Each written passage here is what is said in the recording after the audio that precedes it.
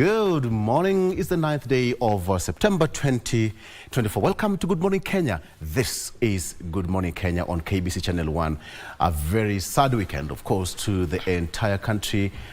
But around, according to the government right now, 21 students, pupils to say, lost their lives in Hillside and Arusha School when 21 students died in their dormitory while resting because of an issue that is still being under investigation, but preliminary investigations tells that it was due to an electric fault. Now that is also related to the university students have called off their nationwide strike that was slated to start today. The Education Ministry says that they have formed committees to look into the issues affecting the university funding model, and they'll give their recommendation and report at the end of that. So much more coming up at this particular point. Good morning, Vivian. Good morning, Victor, and a very good morning to each and every one of you who is tuned in on that show. Well, the education sector has been, or rather seems to be getting from one trouble to the next, but at least there's that relief that the university students have called off their strike. It's a beautiful Monday morning, and right here on Good Morning Kenya, we are more than ready to ensure that we bring you the best of the best, as we always do. So better stay tuned right here on KBC Channel 1. Good morning, Mike. Good morning, Vivian, and I hope everyone at home who is watching had a very nice weekend. Welcome to the program. Get ready for some fascinating conversations, because this is where you get the gist. My name is Mike Migori, and in studio, Marie is around. How are you, Marie? I'm very well. Mike, why is Victor on my... She's baptized you. Yeah. There's a reason. There's a reason. But a very good morning to you guys. Go ahead. How are you? Just greet me. Just greet me. Victor, I think you owe me something. Good morning, Marie. Good morning to you all. I'm here. Good morning. Yeah, I can see you. Great. Good to see you as well. Yeah, so thank you so much once again for joining us. This is Good Morning Kenya, and indeed this is the 9th day, Monday, September 2024. My name is Marie Yambo, and I'll be bringing you up to speed with what is happening in the news. Victor has already alluded to the fact that the strike by the leadership of the university students has been called off. Earlier, remember, the Ministry of Education through the CS had actually requested the university students to take advantage, that is, of the committees that have been formed to review the new university model, and the students were actually complaining that it looks like with the new model, it's only the rich who will be able to afford, university education. But yeah, there is a review there, and just to start with that particular news item, and a group of university students addressed the press on Sunday afternoon, announcing that the strike has been called off to facilitate engagement with the government on the new funding model. They urged the government to hasten implementation of short-term solutions to the current crisis while undertaking a comprehensive, plans to address the matter.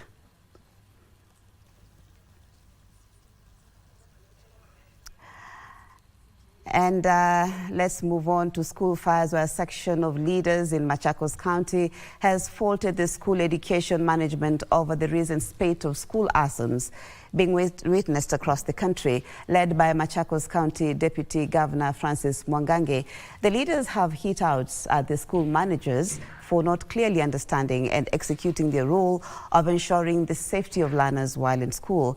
This even as Narok Governor Patrick Olentutu called for thorough investigations to be conducted on the fire that occurred at Hillside Academy and in other schools within the country. Timothy Kipnusu reports.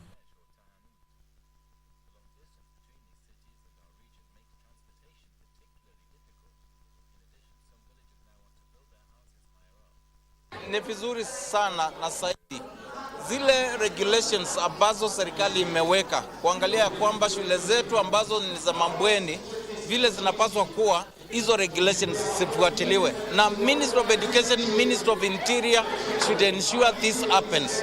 It is so sad to have lost this big number of pupils, and even more are not known their whereabouts. Juzi tu ndio umepeleka aende shule, lakini leo unapigiwa simu ya kwamba huyo mtoto hayupo.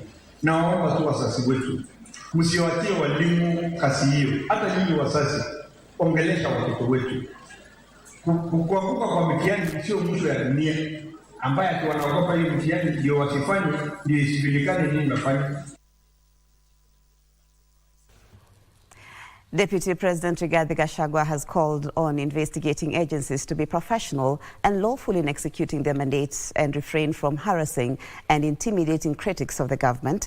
Addressing congregants at the Anglican Church of Kenya in Kayole in Nairobi's Embakasi Central constituency, the Deputy President said that Kenya Kwanza administration had promised Kenyans that the use of criminal justice system to settle political scores, that is, will be a thing of the past. ACK Church in Kayole, Embakasi Central in Nairobi, played host to Deputy President Rigathi Gachagua on Sunday.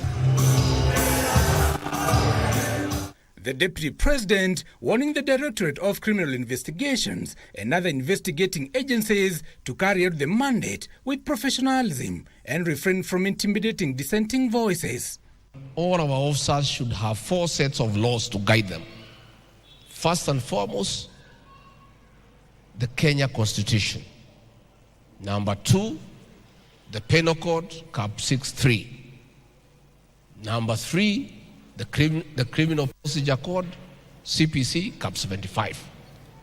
And the Evidence Act, Cap 80. If you use those 4 laws, you remain very professional. Gachagua cautioned that the use of criminal justice system for politics was taking the country back to the dark days. The use of the criminal justice system to manage politics made the 4th administration very unpopular. It doesn't make sense to harass Gakuya and Major Dong for no reason because of politics. Arresting them, confiscating their phones, intimidating them. Those things imepitwa na wakati. While urging Kenyans to embrace the broad-based government, Gachagua said no leader would be replaced by those who joined the government. For a long time, watu wengi wa serikali wamezoea kudanganya wananchi. Sasa watu wengi tuko nao kwa serikali hawajazoea hii maneno ya ukweli. Wanazoea maneno ya uongo. Sasa mimi nikiongea ukweli wanasema mimi naongea mbaya. And I love your courage. I love your boldness. Yes, saa zingine hata mimi nikiangalia ukisimama ukiongea nasema kumbe hata mimi naweza kuongea. Kwani iko nini? Kama naibu rais ameongea, hata mimi napata nguvu ya kuongea. The lawmakers in attendance called out leaders who are criticizing Gachagua's Mount Kenya unity bid. You cannot disparage the deputy president and at the same time you say you're supporting Dr. William Samoei Ruto. That's a fallacy. Hiyo ni uongo, lazima tuambie watu ukweli. Hao wameshikana hapa kwa hapa. Na kwa hivyo ndugu zetu waache kukua victimized because of their association with the deputy president. We stood by you. The Honorable Rigathi Gachagua was victimized by our brother, who we have also forgiven, just like that verse I have read. Well, give us some minor reporting there. Let's head to Kisii, where a distraught woman in Kisii County is appealing for help in providing for 3 ailing members of her family, that is.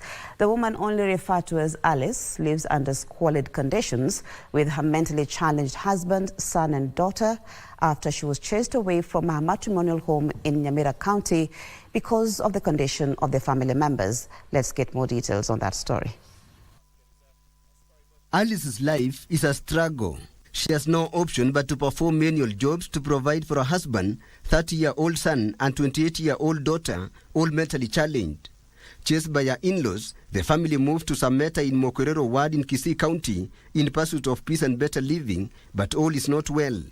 Beatrice Sunda says they have petitioned the area leadership to help the family, but so far not so much help has been coming. Tunaomba kama mama yetu, mama county, Doris Idonya Toto, tunaomba usaidizi kwa huyu mama. Gavana wetu, tunaomba usaidizi. Kwa sababu hatutakuwa tukikula tukiacha wenzetu wakihangaika. She says the family is in dire need of medical assistance.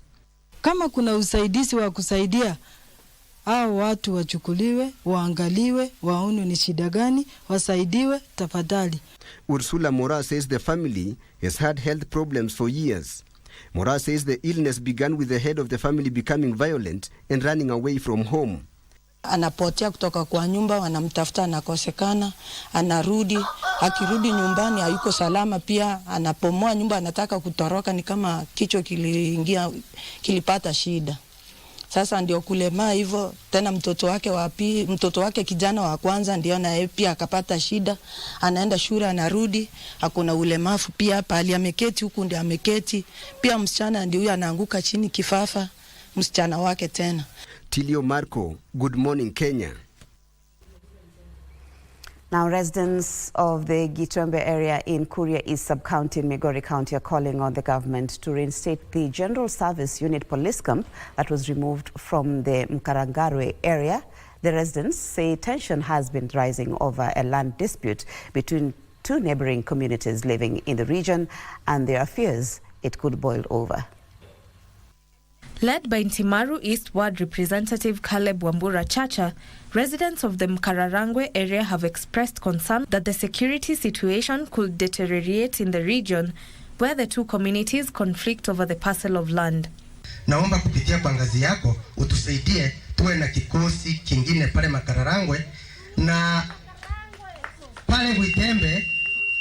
Naomba wale maaskari ambao wamepelekwa pale tukutane, wale watu wa Rift Valley na hao wa Nyanza, tuwe na mwafaka jinsi wale maaskari watakaa pale.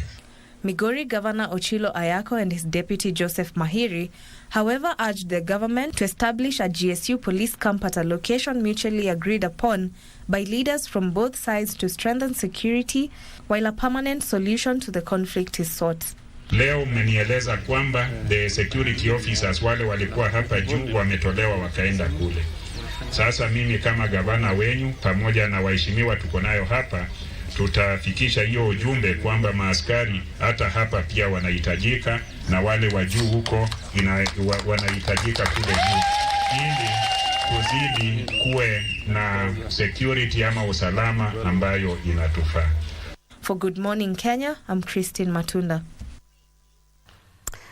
Now, the Kenya Wildlife Service has intensified its operations, deploying additional specialized officers and equipment to capture wild animals in Juja, Kiambu County. The special officers have been brought in from Laikipia, Nakuru and Nairobi, and the operation will run 24 hours a day until Juja is deemed safe. Kenya Wildlife Service Senior Assistant Director for the Central Rift Conservation Area, Joseph Dadacha, has been tasked by the KWS Director General to lead the operation. Speaking at Tropical Farm over the weekend in Nyashaba, Juja, in Kiambu County, where the officers have set up camp, Dadacha said that special equipment including night vision tools, traps and devices to lure the hyenas will be used.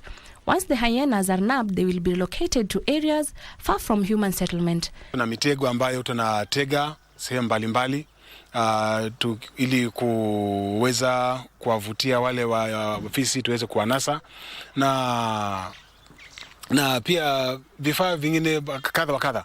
Kenya Wildlife Service will also engage local communities through awareness programs to educate residents on how to minimize encounters with the wildlife, such as proper waste disposal, so as to avoid attracting predators and reporting sightings immediately. Endapo atakumbana na fisi, kitu cha kwanza ni kwamba mwananchi asijaribu kukimbia, kwa sababu unapokimbia fisi kuwa motivated kukukimbiza na kuataka. Fisi sio kama wanyama wengine, ndovu au simba. Tunawaambia wananchi kwamba unapotembea hasa nyakati za jioni, ni vizuri ujihami na mawe au fimbo. Endapo fisi atatokea, unamtupia mawe, na utapofanya hivyo fisi mara nyingi huwa anatoroka. On Thursday, residents of Nyasaba barricaded the Thika superhighway for nearly 2 hours to protest against the killing of a young child by a hyena. The 5-year-old boy, identified as Joroge Gitao, was attacked and killed by a stray hyena that caused havoc and death. Villagers said the boy had followed other children who had been sent to the shop when the beast pounced at around 7 p.m. on Wednesday, September 4th. For Good Morning Kenya, I am Jael Wakesho. Thank you, Jael.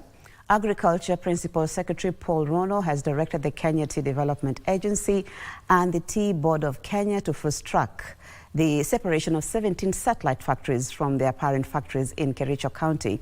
Now, speaking during a meeting with farmers and the tea stakeholders at Chelal Tea Factory that is in Bureti, Kericho County, Rono reiterated the need to grant satellite factories operational independence to ensure that the delivery of quality tea by farmers. In a meeting that brought together tea growers and different stakeholders in the tea industry, the Agriculture Principal Secretary Paul Rono said operational independence by satellite factories will ensure quality production of tea. We will not continue with factories, with satellite factories, and we talk about quality unless we separate the factories. Yeah. We will never achieve the quality we are looking for. The 17 factories were removed, please, and people ensure that you go on a journey to complete separation immediately. This came amid complaints from tea farmers who demanded separate payments of their dues, with some stopping the plucking of tea leaves at Chelal Tea Factory, a satellite of Litain Tea Factory, stalling its operations. We have not plucked tea for the last 1 week. And it is not that we have a lot of money, no. It is because of the challenges we have in this tea factory. KTDA Finance Director Simeon Rugut promised to pay the farmers bonuses differently to each factory following the demands by the farmers. Hii bonus ni hapa. Alafu kwenda mbele tutaongea pia na wengine. Hatuwezi kufanya yote immediately. KTDA CEO Willy Mutai confirmed that the Chelal Tea Factory has been doing well in terms of quality and managing the cost of production, promising to act on the separation demand once the resolutions are handed to him. In the Western region, hii factory is number 2 in cost of production. Now, mkinipea resolution yenye mmesema ya December na watu wangu waliwitness hiyo AGM, tuko nayo, tutahakikisha Monday kulingana na what PS and the leadership will say, itatimiza asubuhi. Martini Maslin, Good Morning Kenya. Members of the Bungoma County Assembly are cautioning against the reduction of the county shareable revenue, saying it will hamper service delivery in the devolved units. The ward representatives, in siding with the Council of Governors, said the counties are already underfunded and cannot afford to lose more money. The proposal to slash the county budgetary allocation by 20 billion is causing jitters in the counties. Bungoma ward representatives say such a proposal is an affront to the constitution. Wenzetu ambao wako katika Senate na wale ambao wako katika national ambao tunaita wabunge, tafadhali hii mkao ya pesa, mbona wanakata pesa ambazo zinatoka national kuja kwa county, na kila kitu imekuwa devolved. Ukienda health devolved, agriculture devolved, part of roads, infrastructure devolved. Tutafanya namna gani kama sisi viongozi wa kaunti? Nini nikitaka kwa bunge hakikisha kwamba pesa za watu wa Bungoma ziko wapi? Na pesa za Nairobi zibaki wapi? The new figure, when adopted by Parliament, will be 5 billion Kenyan shillings less than what county governments received in the equitable share in the last financial year, and 20 billion shillings less than what they had already been allocated in the current fiscal year. In a memorandum to Parliament, President Ruto proposed an amendment to slash the county allocations to 380 billion shillings from the initially proposed allocations of 400 billion shillings. The move has been occasioned by President's reorganization of the budget after the withdrawal of the Finance Bill 2024. But the MCS have sided with governors, saying the proposed reduction will negatively affect service in the counties. Doreen Arange for Good Morning Kenya.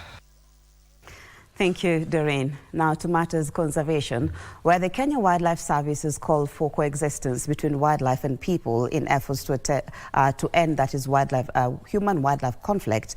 They made the clarion call during the Tharaka Nithi Cultural Festival held at Ura Gate area in Tharaka Nithi County, attended by 6 major communities living adjacent to Meru National Park.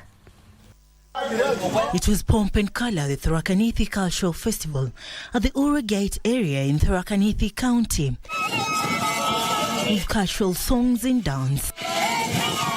Locals drawn from 6 major communities adjacent to Meru National Park in the Eastern Conservation Area arrived in droves to celebrate cultural diversity. In efforts to end rampant human-wildlife conflict, the Kenya Wildlife Service called for coexistence. Collectively carry out with the community for mutual benefits of the park as well as the community itself.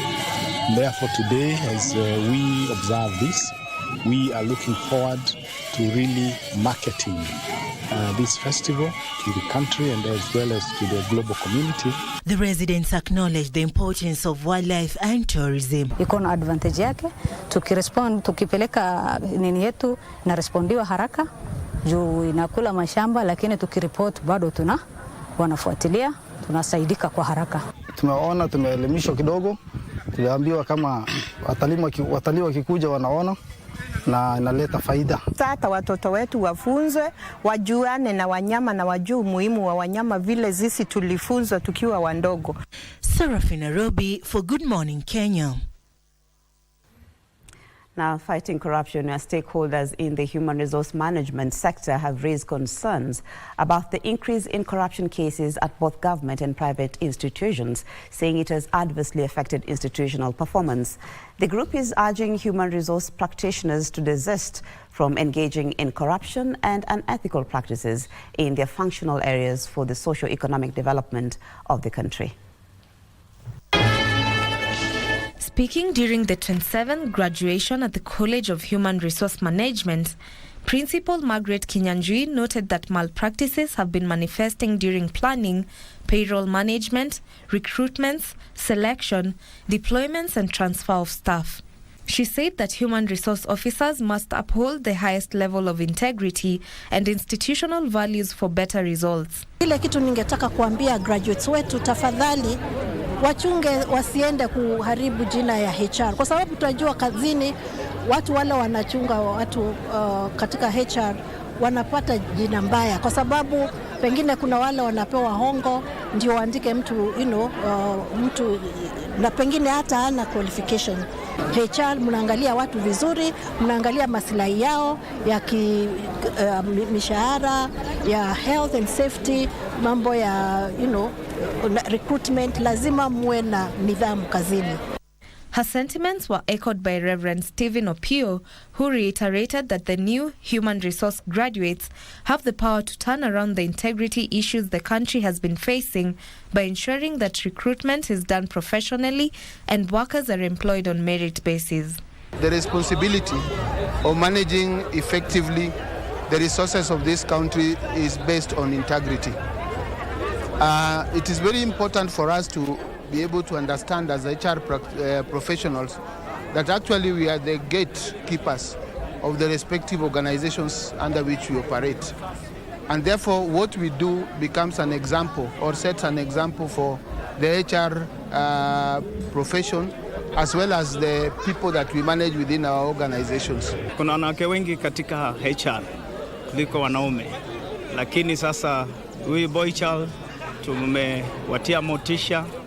Mimi hata baada ya kugraduate sasa mimi nitakuwa kielelezo kwa vijana wanaume ili waweze kusomea taaluma hii ya HR. For Good Morning Kenya, I'm Christine Matuna. Thank you, Christine. Now, women traders at the Homa Bay Fish Market say they are grappling with a severe shortage of the sardines, popularly known as Omena.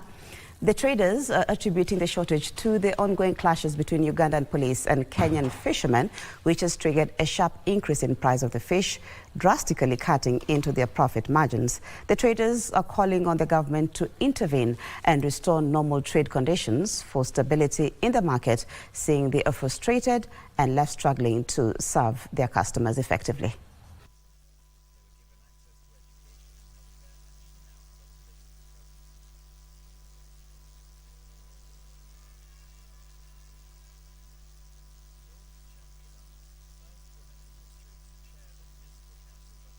Saa hizi bei ya omena iko juu sana. Siku ile imechukua tu na 1,000 na saa hizi watu wanachukua tu na 2,000 kwa ile ndoo moja ya 10 kg. Watu wa Uganda wameingia Kenya, wanakataza watu wanakataza watu kuchukua omena kwa maji. Sisi wanawake tunaumia. Tunaumia serikali. Now, moving on, the Mining Engineer Society of Kenya has raised concern over the impending closure of base titanium in Kwale County. Mining Engineer Society of Kenya chairperson, that is Joseph Komu, says the move will result in significant job losses and a sharp drop in government revenue from the mining sector. He emphasized the gravity of the situation, noting that communities living around the mine site, that is, would be the most affected by the closure of Kenya's largest mining company.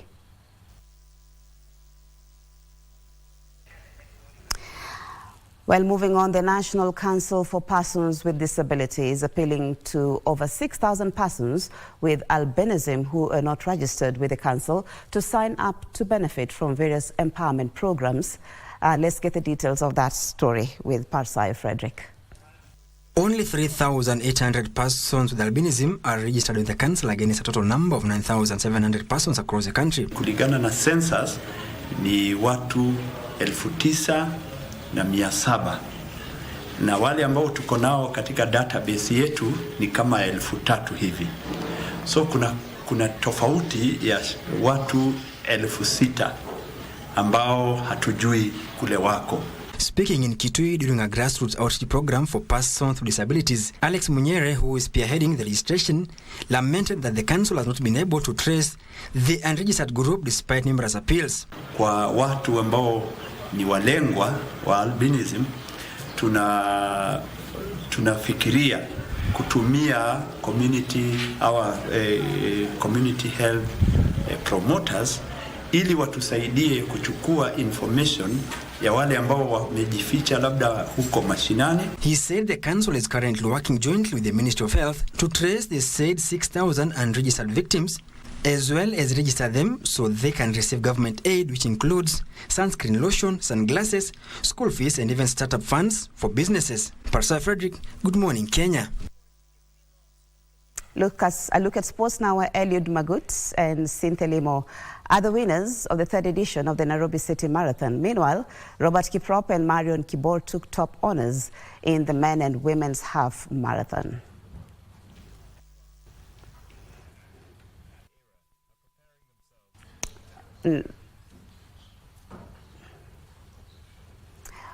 Well, that story brings us to the end of the bulletin this morning. Thank you so much for making the time for us. Good Morning Kenya still continues. Our guests are in studio and Victor is on standby to take you through the rest of the program. My name is Marie Yambo.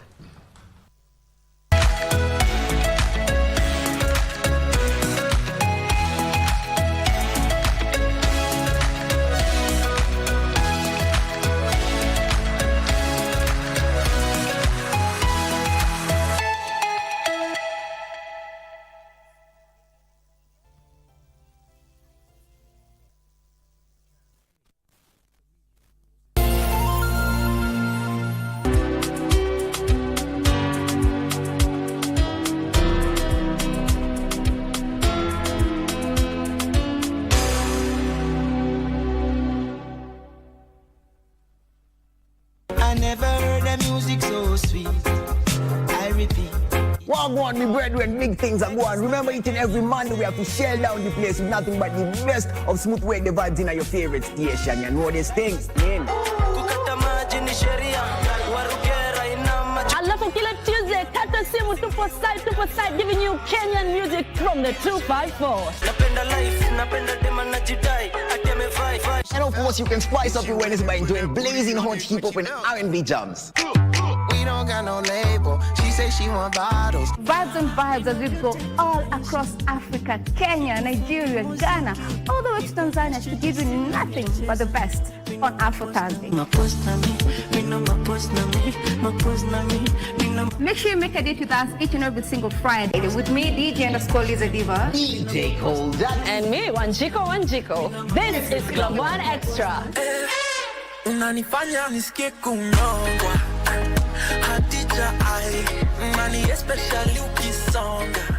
The young generation awakens on Y254. 94, the leading youth TV station in Kenya. We treat you to current affairs, entrepreneurship, health, and human interest conversation. It's art, it's culture. Movies, gossip and trends, sports, drama. We bring you a vibe like no other, straight to your living room. To keep you informed, inspired, entertained, and most of all, refreshed. We are such a vibe. Y254. Imagine.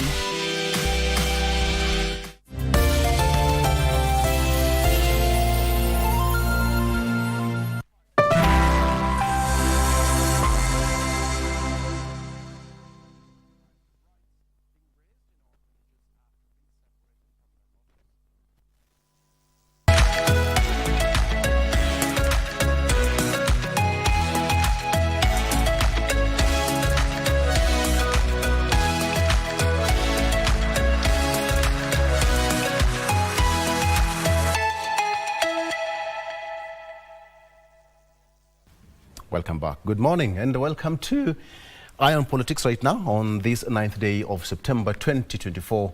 My name is Victor Lo. Thank you so much, Marie, for the news update. And now it's time for us to get into the political arena and fight it together from whichever part of the country or even outside the country where you're watching us from. Please talk to us on our social media handles. Mine is at Victor Lo and at KBC Channel 1. Now, I'm taking you through the newspapers just to give you what is on the front page of our local dailies before we get into our discussion of the day on Iron Politics. My guests are getting ready and soon I'll introduce them. All right, so let me start with the front page of the Star newspaper. The Star newspaper says, Ogamba's agony as crisis rocks education sector.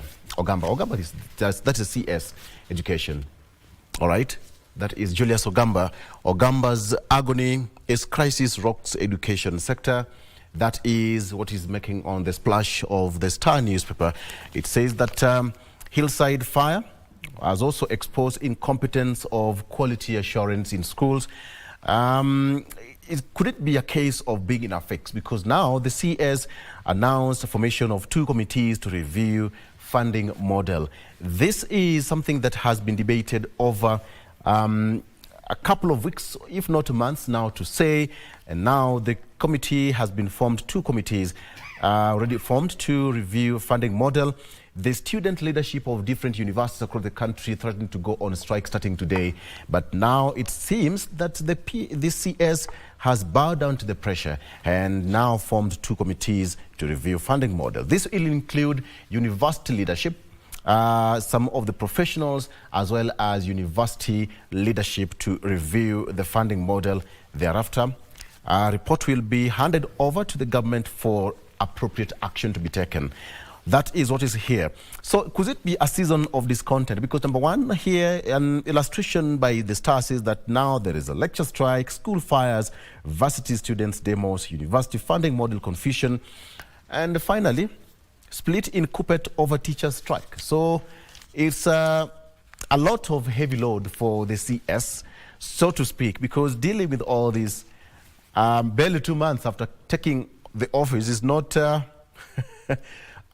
Can I say that's baptism of fire? Because this is what you have. You have to deal with the teacher strike on this end, the CBAs here, school fires here. You have to... I'm imagining what the CS is going through and the entire education ministry. But the buck stops with him. Hillside tragedy. Police now focus on electrical fault that could have caused the fire. Police are pursuing a theory of bulb explosion as the main cause of fire at Hillside and Arasha Academy in Nyeri that has claimed the lives of at least 21 pupils.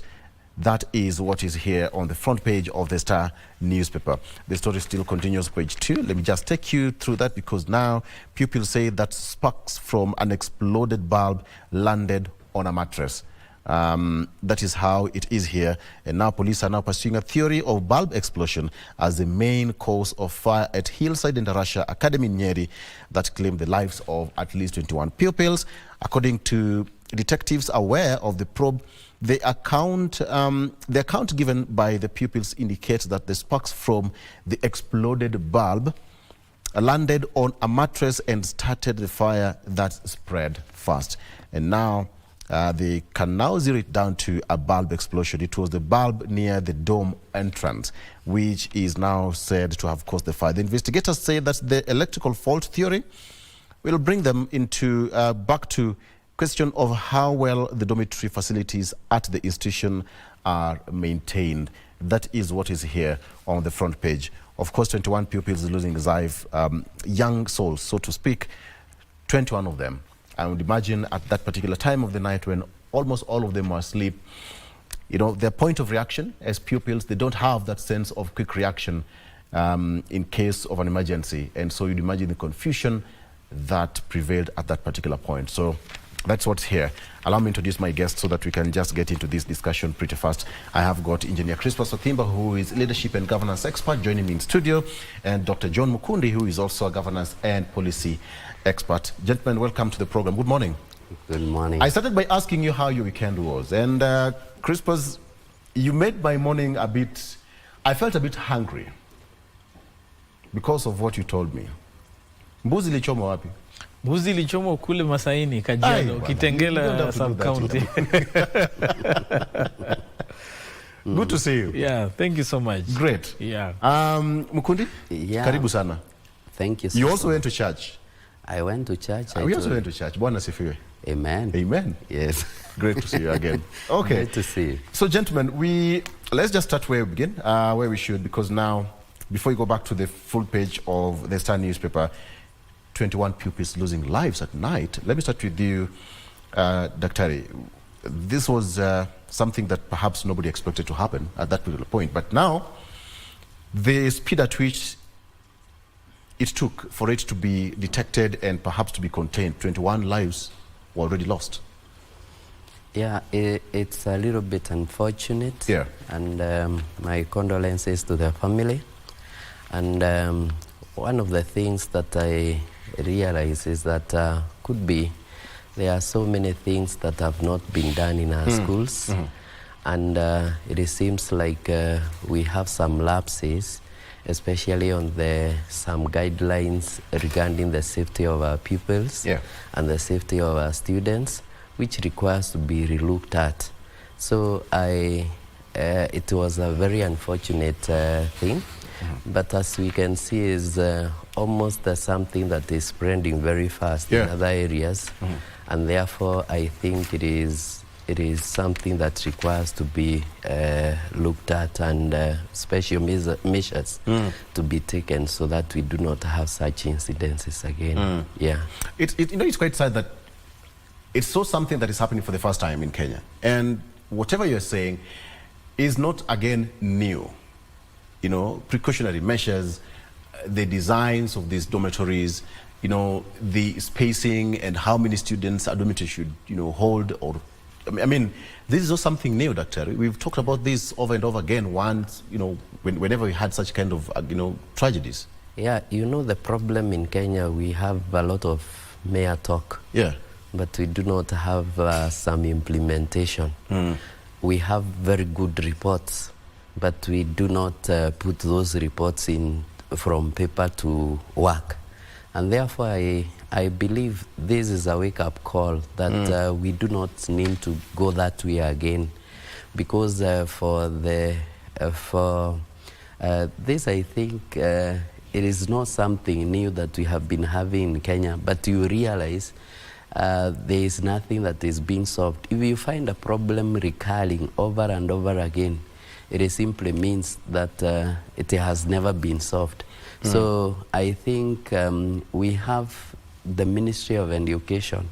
It requires to really wake up to and rise up to the occasion, because I think if they do not wake up, we are bound to lose many more lives. And I am not prophesying that. I am actually saying it is good that we have those people not to sleep on their jobs. They require to wake up. They require to go to those institutions. They require to re-inspect them. They require to do to check whether all the measures have been put in place. And I also believe the Auditor General did some kind of a report, and so that there are so many lapses in our schools. So I believe it is something that they require to wake up and... Actually, it's easier said than done. You're giving very good proposal, but easier said. Easier said. It is upon now the new minister. You know, we changed. Okay, we changed the people that were holding various portfolios. Now it is Ogamba who is at the helm. So we are looking at him. We want to see whether there is something that will be done. And once it will be done, then we'll check whether it will work under his reign, or we are still bound to get the same results. So we are still, it is his red card. We are still checking whether he will be able to manage it or not. Yeah. I'm tempted to ask this question, but I'll ask later on. Okay. Crispus, it's so sad. 21 pupils dying in the dead of the night. I mean, you'd imagine. One thing that we need to pick from this lesson, this sad event, and my condolences to the family of these children, and also to this country, is that one, the level of impunity and disregard for the law and regulations is very high and is very costly.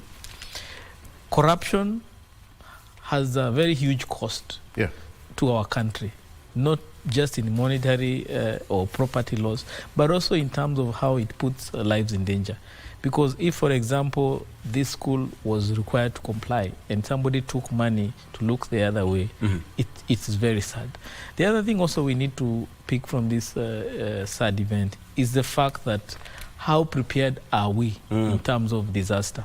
And we have seen over and over, whenever we have a disaster, whether it's within the county of Nairobi, other counties, major urban areas in the country, but also now in rural areas, we are not prepared to respond effectively to such unforeseeable events. So we as a country need to relook in terms of our preparedness to disaster, our ability to respond in time for those disasters, and also look at the issue of regulations. How compliant are we?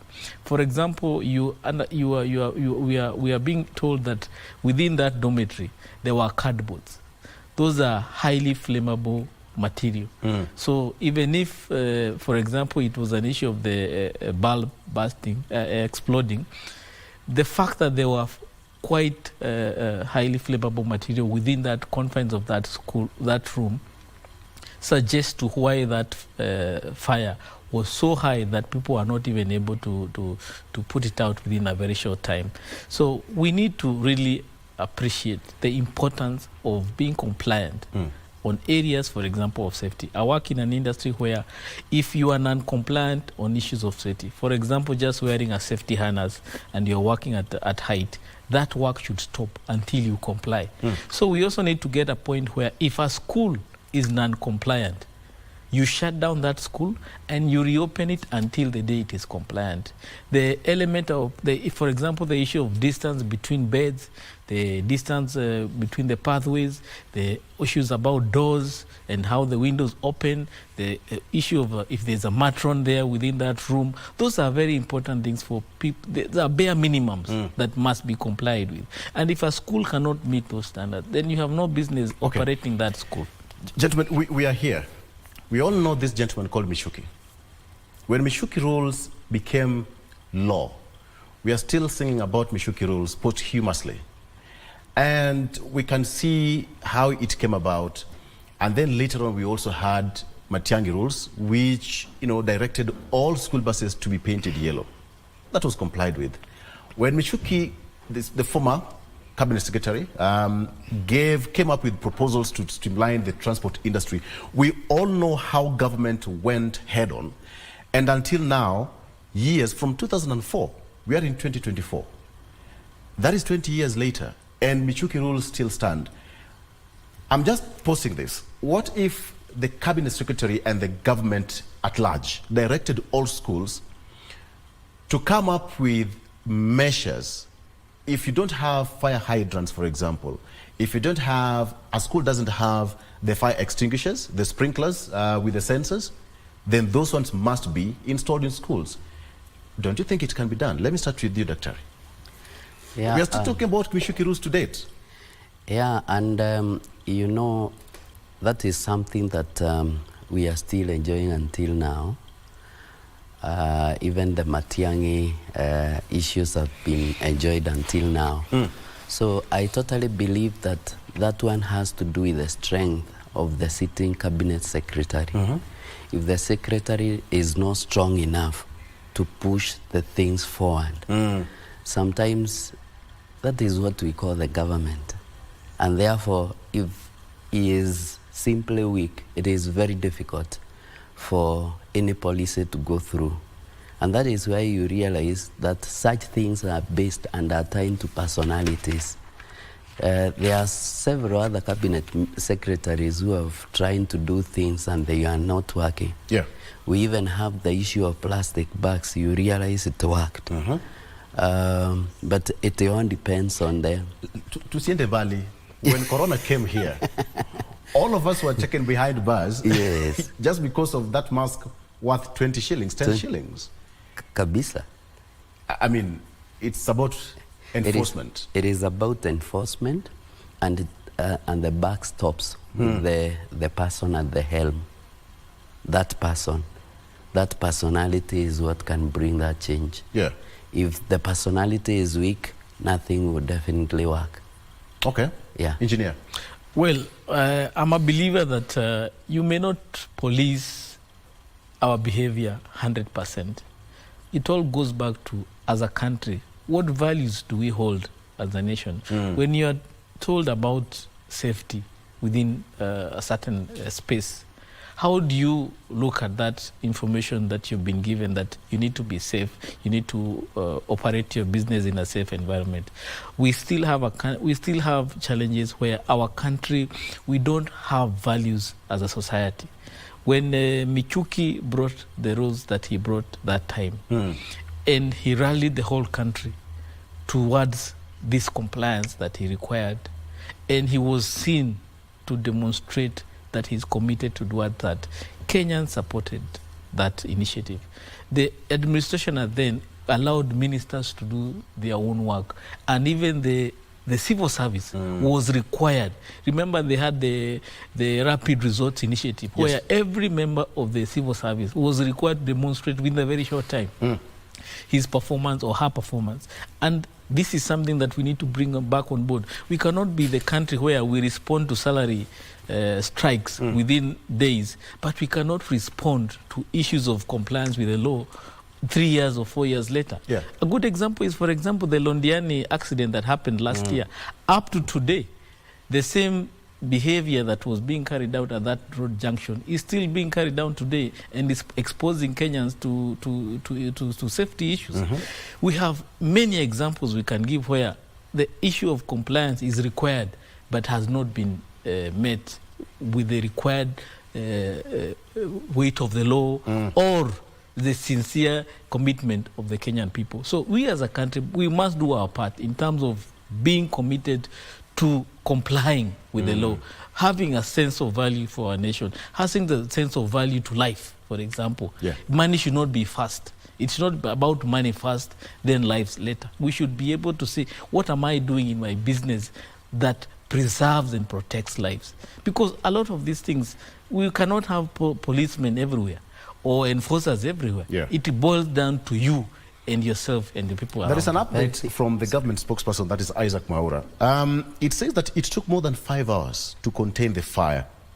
The 21 pupils who died were aged between 9 and 12 years. At least 25 others are admitted to hospital. Keyword is 5 hours.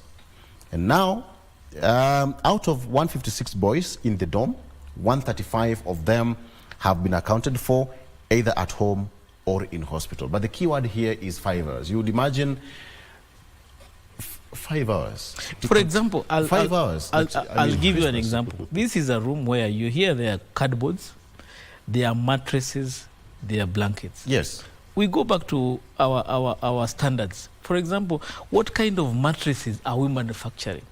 We need to be able to be a country where we are manufacturing fire-resistant mattresses.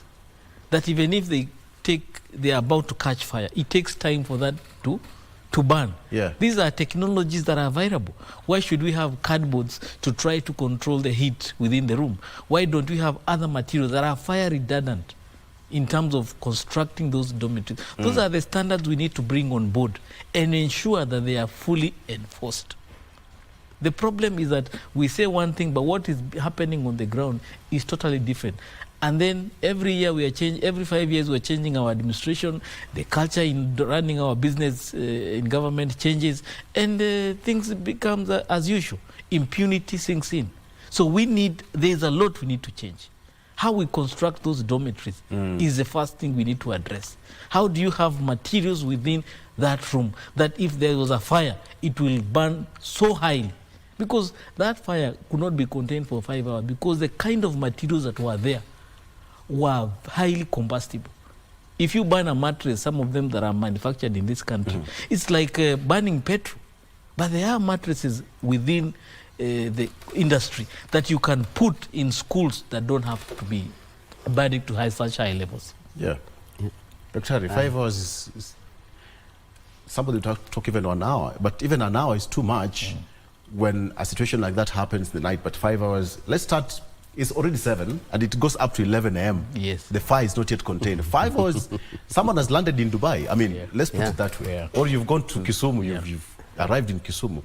I mean, it's about preparedness as we finish this one. It's about preparedness and perhaps the goodwill from the stakeholders to ensure that even, because once students are in school, they're left, with the patrons and the dorm masters or whoever it is. But because these are emergencies, what do you think should be done generally without necessarily putting pressure on the government or even the stakeholders, but what do you think should be done? Perhaps a curriculum, such kind of crash courses, first aid courses, but at night, I mean, you would imagine the fatigue with the kids, they've played and all that, they don't have that sense of reaction when such kind of emergencies do happen. In 1 minute. Yeah, I think everybody of us, each one of us, requires to have some a form of special training on how to handle emergencies. Whether he is a child or whether he is an adult, whoever is in that dormitory. I totally believe they require, the people that are manning those areas, they require to have some kind of training on how to go about such things. But I also want to agree with the engineer and say that the values requires also to change. But the problem now, engineer, is that how do we change values overnight? So sometimes we require to have some kind of enforcement so that the values can actually sink in. So, but until we get to that level, it will be difficult to have a nation that is already changed. Yeah. So I believe that is what I want to say. That basic training, basic first aids, basic ways in which we need to learn when we are addressing such emergencies. But also, we have county governments that have those fire response units. But where were they? Those county governments and those other government agencies that are close. We require to have some proximity, close proximity to such emergencies. And such kind of things will not have happened because 5 hours is too long. I would imagine. This also reminds us of 2001 when Kianguli boys, 67 boys died, 67. When you go to Kianguli boys in Machakos County, I mean, just passing around that school reminds us of what really happened on that particular night. It was a mass grave. It was one of the darkest moments. That was during Kibaki's era. So you'd imagine how painful it was. 67 boys died. So, okay, let's take a a look at what we have on other newspapers here. I'll get back to this. Ogamba's agony as crisis rocks education sector. Of course, we'll get into that. On the front page of the Standard newspaper, very fast, painful search that is still related to what happened. Where are the children, or where are our children? Parents of Endarasha Academy ask as the authorities took a look for the missing learners. Today, it will be day 3 as the caregivers hang on to every hope that their little ones are safe. That is also on the front page of the Standard newspaper. We have got pictures of around 5 pupils. Yeah, that we have it. They are just asking the painful search of the missing children. They have not been accounted for, so where could they be? That is a big question as far as this is concerned. Ogamba bows to pressure. Students' call of protest. That is also on the front page of the Standard newspaper. EU reassures Kenya on trade pact. That is again Trump-Harris try ahead of TV debate. That would be interesting to watch, gentlemen. That would be interesting to watch. So this is it. The 46 number now, 46 children still missing from Thursday night inferno. 46 of them. And the post-mortem, that's according to the government pathologist Johannes Nudoro, will begin today to do the post-mortem on the bodies, and a result will be given later on. So as President Ruto makes more friends, Mount Kenya rumbles. That's going to be forming part of our discussion today, gentlemen. As President Ruto makes more friends, we all know who are some of these friends. Mount Kenya rumbles. So insistent squabbles among its senior citizens of the political direction Central Kenya should grow as a political landscape tilts towards formation of new alliances. The political drumbeats, we can now hear them from afar. 2027 is fast approaching. I don't know how it's going to be. Very quickly on the front, perhaps you want to chime on this before we take a break. Crispus, mountain is becoming slippery. My only worry is that a divided mountain will advantage some people. We had this statement even last election. Who split the mountain? Yes. So there is a possibility that there are hands that we cannot see that are working towards dividing the mountain, because a divided mountain is good for business for some people. While some people value the unity of the mountain, there are those who see that unity as a threat and may want to divide it so that they can be able to extend their stay in power or capture power. For whatever reason they may have, it appears that the division of the mountain is an agenda on the tables for some people. Dr. What Omurima? I don't know what's happening. We all know that statement. It is very difficult to divide Mount Kenya as we speak, because history has shown that they usually look like they are being divided. But at the verge of it, they come together, because I think they have some common things that unite them.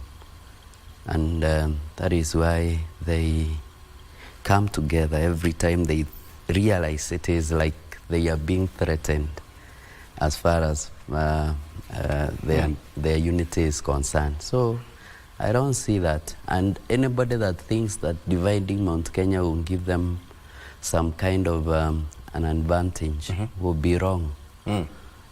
Because there is also another caliber of some other people. Who are these planning to divide Mount Kenya? We might not tell, but as the overhand engineer say, could be there is an underhand that is trying to do that. Okay. A hidden hand. All right. Yeah. Let's take a break. It's getting hot in studio. Let's take a break. But before we take a break, how about we take a look at what's happening on the weather update before we come back for more.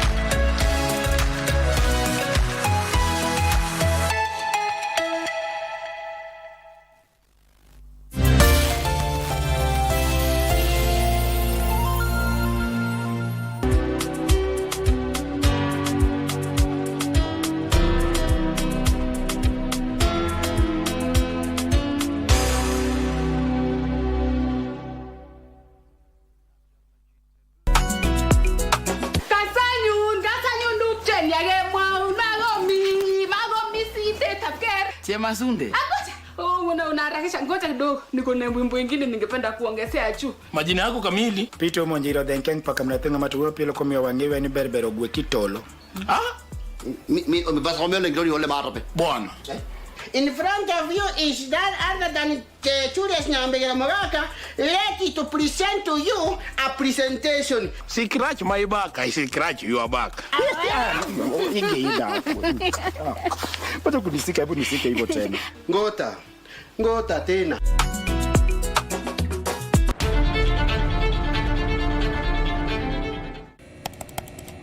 Technology has become a crucial part of our society. Without technological advancements, so much of our everyday lives would be drastically different. As technology develops, it strives to fulfill the changing needs of society. This means that technology exists to help us achieve the things that we wouldn't be able to achieve without it. Take on Tech looks at the advantages and downside of technological innovation in a world that is becoming increasingly dependent on new digital technologies. Every Monday at 10:30 p.m.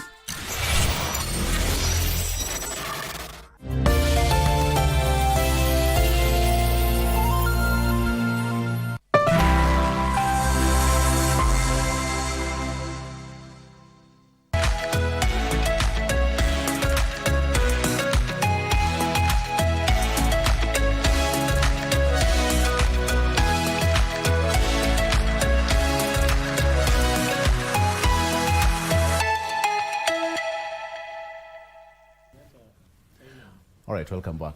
Okay, we're just having a tete-a-tete. It's always good behind the scenes. I wish we had a camera roving around here to show you behind the scenes. No.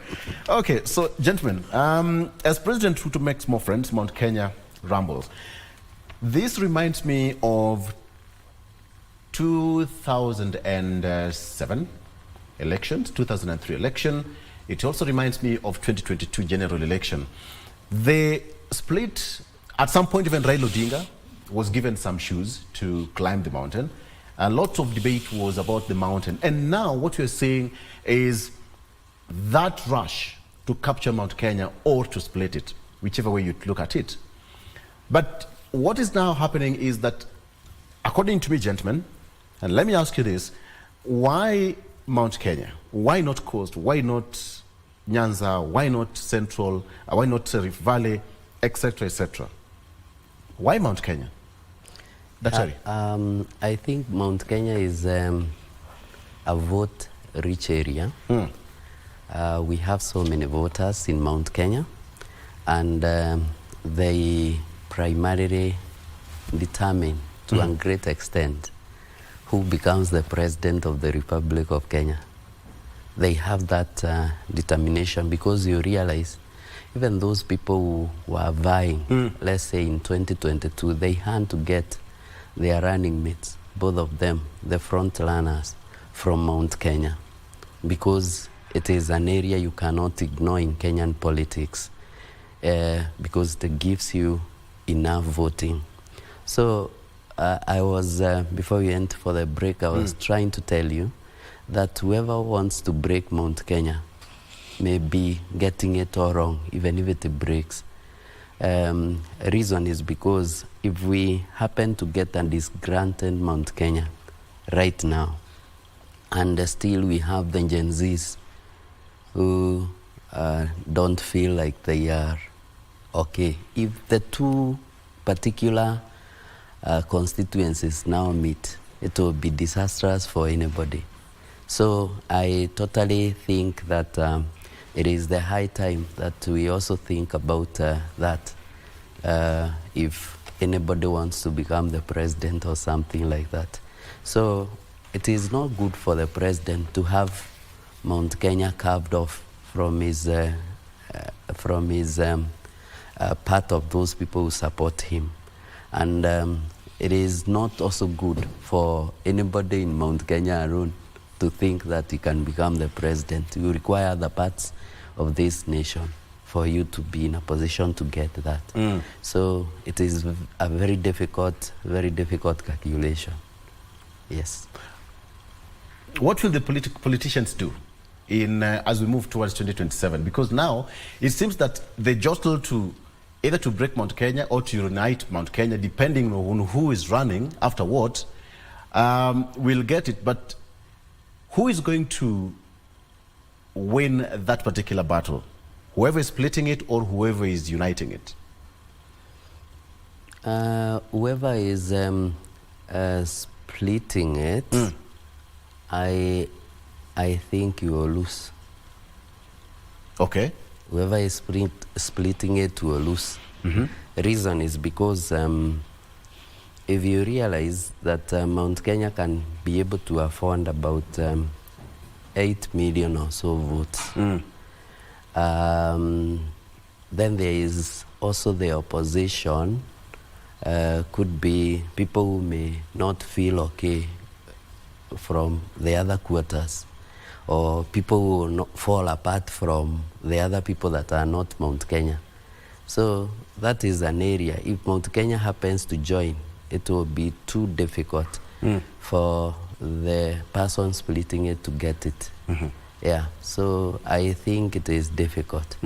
But as we were discussing behind the scenes, you realize also there was a time it was split around 25, and the person who split it was able to benefit. Yeah. Could it be that Mount Kenya has never realized this, that politicians will always take advantage of their unity, and because of, it's so rich in votes? And what do you make of this, first of all? If you look at the history of Kenya, even the British, for them to have given independence to Kenya, they needed to secure the Central Kenya constituency, in as much as that constituency will guarantee their stay in Kenya. At the time of independence, the biggest concern to the British was the Kikuyu, or the community around the Mount Kenya. So historically, every leadership has concerned itself with the votes around, or the support, or the political base around Mount Kenya, because it has demonstrated, one, it has the political machinery to keep you in power or to remove you in power. Number two, it has the ability to mobilize resources for quite some time to be able to keep you in power or to remove you. And number three, it has also the advantage of being economically advanced in terms of the structure of the economy within that area. And therefore, it helps to benchmark other parts of the country. And if you want to develop a certain region, you can borrow from what that region has. So everybody will always concern himself with that region. But as we have said, there is a leadership that was able to divide that region at some point and win 2 successive elections. But at that time, the threshold for winning an election was very low. This time around, the threshold is a bit higher. So therefore, as much as splitting it. Yes. Okay. So if you split now, it might work against you. But I see a scenario where somebody will allow it to look like it's divided, but at the last minute come as the angel and unite it and still win the hearts and minds of the Mount Kenya region, and they will forget, because the other problem Mount Kenya has, people forget very fast. Yeah. People forget very fast. We don't have a proper record of our history. 2 years from now, we will forget that we had these challenges about milk, about coffee, about all these things, and our businesses were struggling, our contribution to the economy has shrunk, our activity is struggling here and there, and we will go and vote whatever we feel is good. Our emotions are whipped very fast. So we need to appreciate that could be at play. And there are people who have now really understand this region. You keep them active, divided, fighting here and there. Then last minute, you come with a message of hope, and they will forget whatever happened there before. So could it be okay, let me just put it this way. Could it be what the president is trying to do? Because during last election, the president actually camped at the mountain. Some people say that alijenga boma. Yes. Alijenga boma mlimani, and that's how he managed to win the election, with a landslide at the mountain. But right now, people are saying that he's slowly left, quote unquote, the mountain and is now forming some emerging alliances with other regions who, did not vote for him, so to speak. Yes. So based on what you're saying, Engineer, could it be that is the trick right now, that you leave them? Because I know when I go back to them, they listen to me more. Go and fetch more friends, then later on come back. Once you've won the hearts of these other people, then you can go back to the people who voted for you. Do you think that will really work? Definitely. 5 years is a long time in the Kenyan politics. You see, one thing you need to realize, we are already 2 years into Ruto's administration. We are only left with 2 years, okay? And all those 2 years, we've been kept busy. From one region to the other, we have been engaged. Over the next 1 year, the Luo Nyanza region will be very busy looking for the AUC office while still being part of government, okay? Whereas in the Mount Kenya region, we'll be busy fighting between Kimani Ichung'wah and Gachagua and the other likes who want to jostle for power within that region. So every region will be kept busy, very busy. And suddenly we'll be in 2026 and campaigns will kick in. Then that season of campaign kicks in, everybody has to look for a place to be in. You mentioned the issue of political parties. So everybody now will be looking, where do I start? Do I go to UDA? Do I revive Jubilee? Do I look for TNA? Do I look for URP? All those things will start looking for where you can be able to find comfort. And suddenly we'll be in July of 2027. Boom, a running mate is mentioned. And either the mountain will be there, or probably it will be Luo Nyanza or any other region, and there'll be no enough preparedness. So what this president is doing is keep everybody busy in a way that you don't have time to organize yourself. Because the moment you have time to organize yourself, then that becomes a problem. Yeah. Right now, we don't have a clear political target. The political target way back then was Raila Odinga. And right now, we don't see Raila Odinga at the mountain. Yes. So, and now what we're seeing is this siblings rivalry. Kimani Ichung'wah here, we have got Nyoro there, we have got the likes of, the deputy president here, etc., etc. So how is it going to be when we now have siblings rivalry? Yeah, that I think is one of the worst things that will ever happen or should never happen to Mount Kenya and any other person in Kenya. Because as the engineer is saying, we are just being made busy, and that has been the art of politics. We are just being made busy. What we actually are being told is keep yourself busy until 2026, until 2027. And I believe it is the worst thing that will ever happen. So as we come to 2026, people will start rushing because they are not preparing themselves right now. They are not busy, they are not doing anything. They are not thinking about how to set their houses in order. They are not popularizing their political parties. If they are not registering any. And therefore, I believe there will be that particular problem come 2026. So it is important that we do not have that rivalry amongst ourselves. And people should not fight. In the first place, they were elected so that they may solve the problems of Kenyans. That is why we have some funny problems that are still unsolved, because they are now focusing on fighting each other and fighting for some space before they can solve the problems that we have. So I believe that one is something that they require to change. It is a change that they require. And I want to just remind Kenyans, post-election 2007-2008, after the grand coalition government was formed, the region took stock of the events of 2007-2008. And there was a clear intention by the leadership then led by Michuki to bring the region together and to anoint one person to be the leader of that region. And there's a meeting that was held which said, if you want to speak to this region, speak to Uhuru Kenyatta.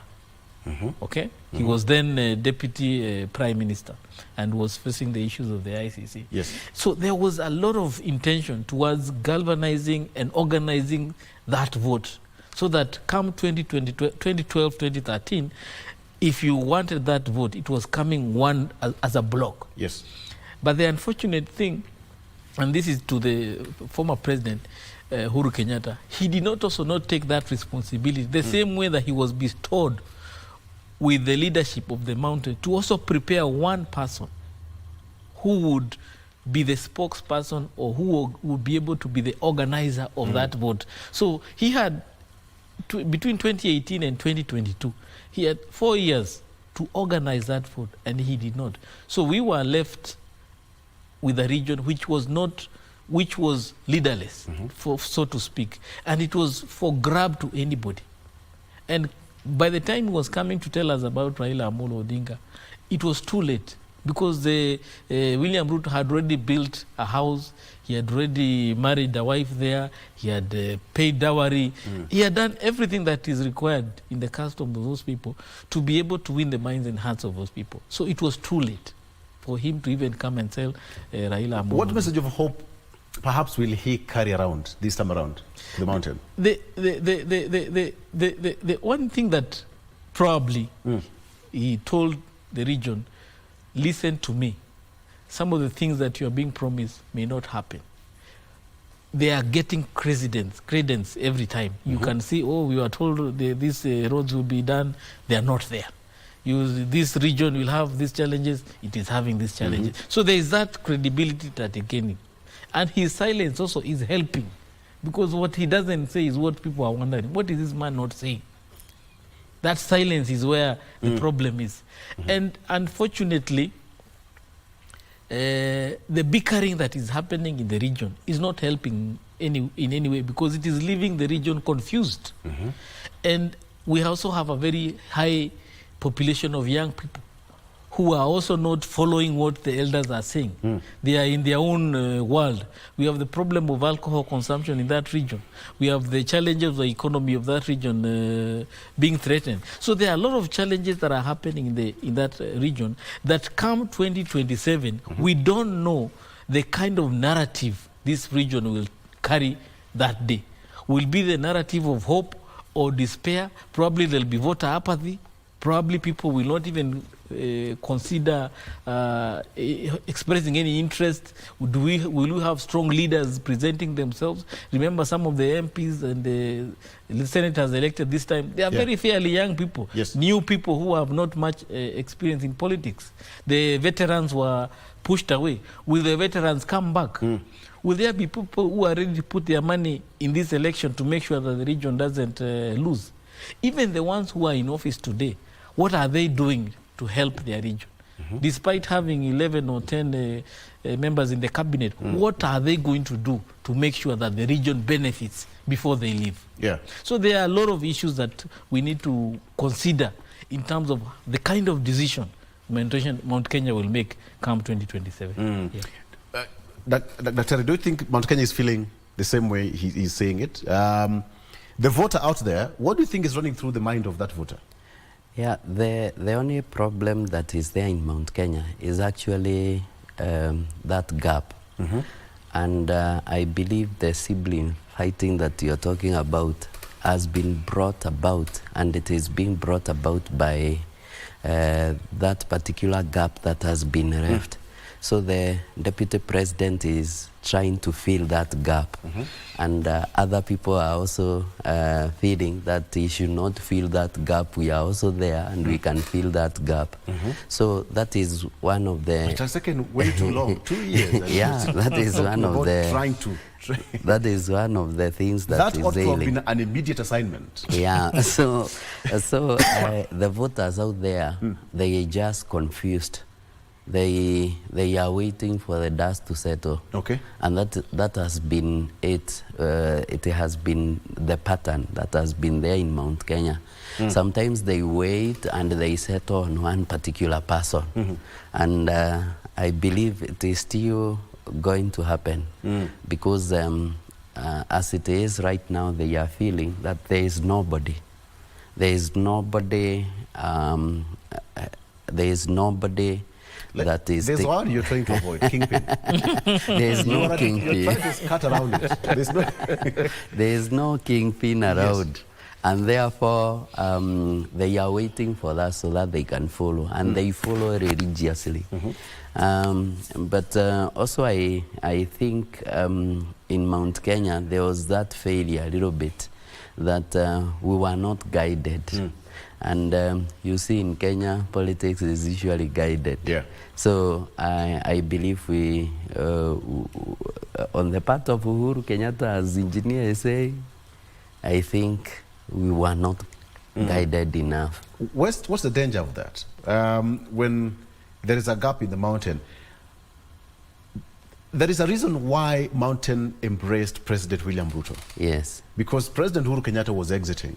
Yeah. And what you've said, there is, quote unquote, a gap in the mountain on who is, the kingpin. Yeah. Could it be the reason why Mount Kenya opted for President William Ruto, now that they were looking for a better option on who could have been their kingpin and they did not get it? And now there's a delay of what you're saying, that the deputy president is trying to fit in the shoe to be the kingpin, and there is a gap still. So do you think it will form the decision to pick somebody from outside to, okay, now that we don't have a kingpin at home, so let's go outside there and look for somebody who will going to take care of our interests as well? I don't think Mount Kenya went for William Ruto because of... he went for the mountain. Yeah, he went for the mountain. And he went for the mountain with a very good narrative, economy. If you mention the word economy to the mountain, you win their hearts. Because many of them are in business, many of them are doing farming and such kind of cash crops. And therefore, he went with a very good narrative. And they were leaderless at that time. So they realized there's a person. We had a president. We had a president. They hand a president, yes, all right. But they knew that he was exiting. So they had no other person, because the president had not fronted anybody that they needed to back. And therefore, that is why they went for William Ruto. But right now you realize the people that are worst hit by the economy also, they are the mountain people. They are the people that are saying the taxes are quite high. They are the people that are talking about that. So they are breaking again that marriage. And that is why William Ruto is going for other particular relationships. And he's aware about that. He needs, I don't know whether he is aware, I cannot speak on his behalf, but I think he should be. Because the moment you break that pact about the economy, what happens is that the mountain has to go. You do not tell them about their coffee, you do not tell them about their tea, you do not tell them about dairy farming, they will simply leave you. And I believe, as you are saying, he may decide to come and endear some people, but there is also another opposition that is emerging. You see, the problem has been that we are trying, there was some, I think it was some kind of a strategy to silence the opposition. Yeah. And because the opposition now, Raila Odinga seems to be a little bit quiet and having some low profile, you have found some other young men also coming up, and they are gaining some crowd. So it is an opposition also that is coming up, and they are doing what he does best. So it is difficult. I love the way you're looking at it. I mean, the leadership issue here at the mountain, because we have young, quote, again, not young person, but okay, as compared to other leaders who've been there before, the likes of Ndindi Nyoro, Kimani Ichung'wah, who are getting out there. And you remember what the deputy president said at some point, even the president, our vijana watulie, we'll guide them, we'll show them the way and all that. I'm looking at what on the Standard, what the deputy president said, that his allies now allege that he's been sidelined and further complained of being victimized. This is not something new. Remember, President William Ruto, who was then deputy president, did the same. he was victimized. He was, again, a nobody in the government, way back then with President Uhuru Kenyatta. When you talk about this, and his allies are saying that he's been sidelined, he's been victimized and all that, is this really working for him or breaking him even more? Crispus? You know, as a country, we have not demonstrated a good culture of sharing power. With a focus to win Mount Kenya. Let's just start with that.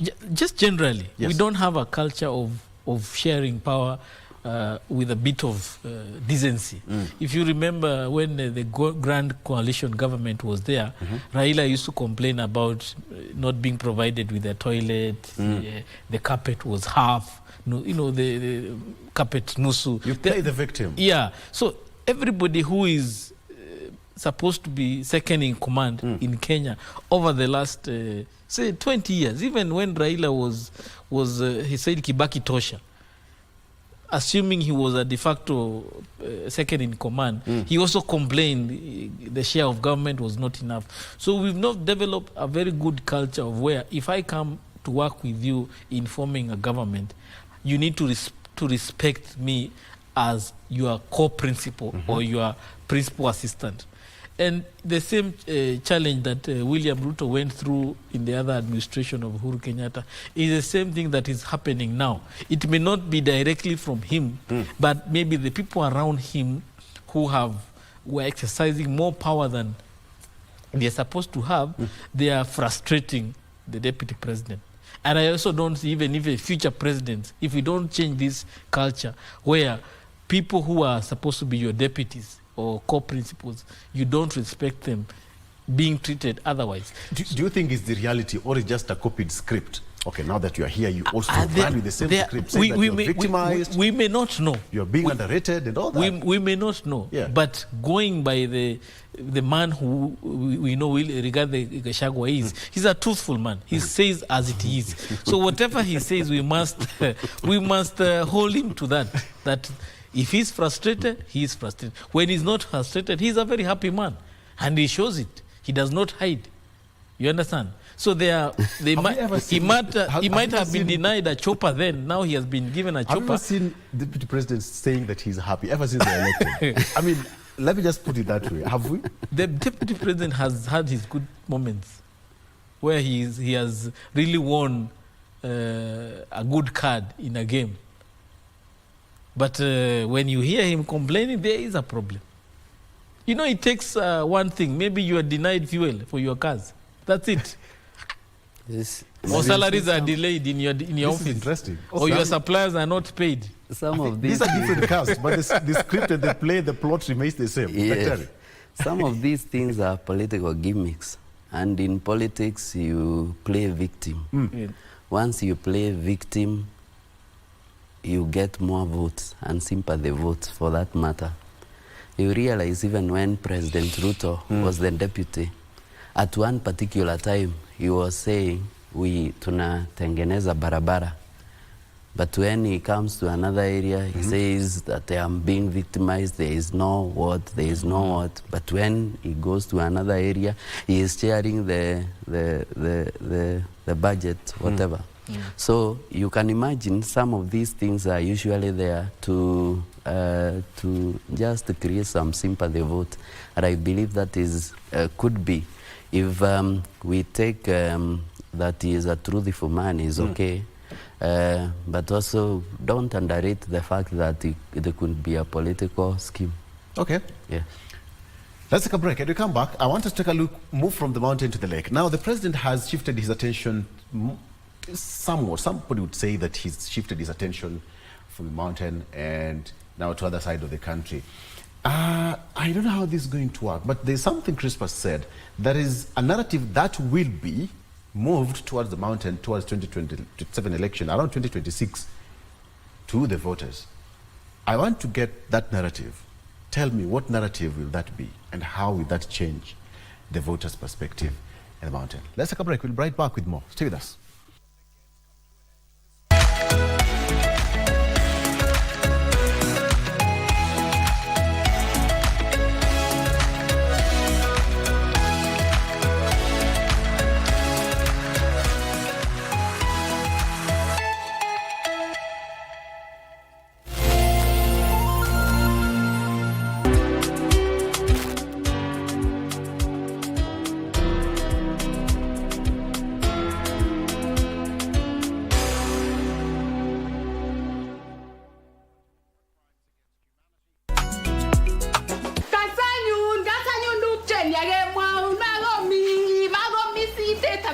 Chema Sunde.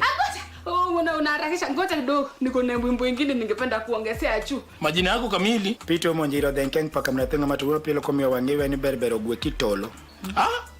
Mi omebasa omeo Nairobi wale marape. Bwana.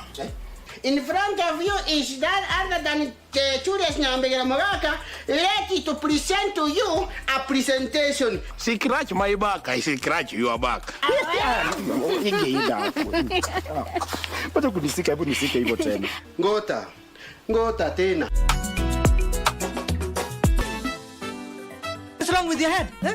What part aren't you understanding that we are not in good terms? Hey, Raya, bulbole, عقدت مدومة. You should address us with respect, eh? Why عبانا ماميات ومسيس عبانا ماتوتو ياكو? Do you understand?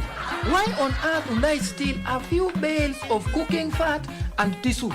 Do you know who you are addressing? Rotten cabbage.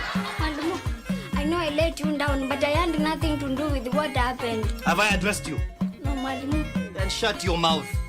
And let that be the last time I tell any of you to shut it. I will never trust you guys. You are all evil schemers. And the lightning is like you. Let me leave this place before lightning strike me.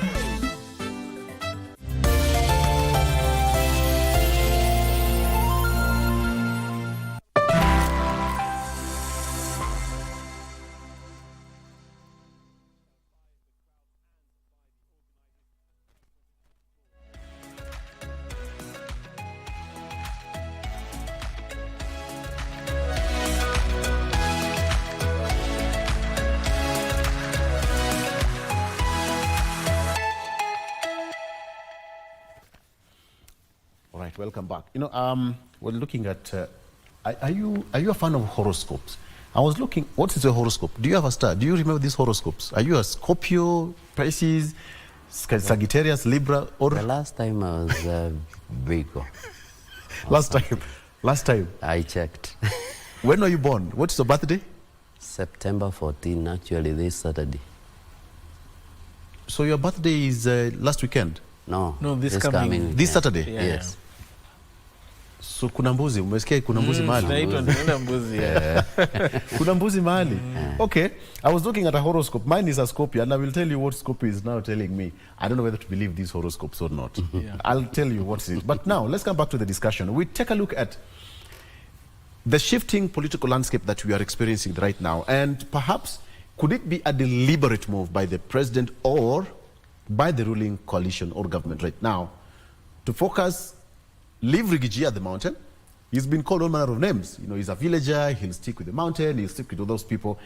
But then the president will do, you know, the heavy lifting to go outside the country and galvanize and bring all those votes, all those players that did not vote for him. Is it going to work? Let me start with you. Yeah, I think the president had no option. And we had the protest. He had to solidify his base. And he realized the protest had to do with the economy, as I alluded earlier. And therefore, what he had to do was to actually get into a position where he can solidify his base. And that is where he had to look for other places that would give him some vote. And he knew quite often that, almost obvious, that Mount Kenya, because of the taxes that were introduced in Kenya, and because of the kind of promises that he had made regarding the economy and they never worked, he realized that one could be a very shaky ground, and that is why he decided to move to other areas. And he knew that if I get Western, I get Nyanza, I get Coast, and Rift Valley, and Northeastern, I'm going to go. That is the kind of calculation that he is making. So I believe that is something that he is up to. He wants actually to get to that particular scenario whereby he is having some other votes excluding the Mount Kenya. So you can see Mount Kenya has been left together with the Ukambani somehow. And that is the only area that has been left. So he is trying for votes, getting votes for 2027. That is his aim. Okay. Yeah. We look at what really happened during the cabinet reshuffle. Yeah. The case of the party Secretary General, that is Cleophas Malala, was moved to Mombasa. Hassan Omar. We've seen how some positions are spread in Western Kenya, so to speak. And we also see how some positions have been spread in Nyanza. The heavy lifting is working for the president. Crispus. You see, if you look at the votes that were cast in the last general election, around 13, 14 million, Raila Amolo Odinga had around 6.9 million, and William Ruto had around 7.2 million. On that 7.2, Mount Kenya brought in close to 3 million, 3 point something million.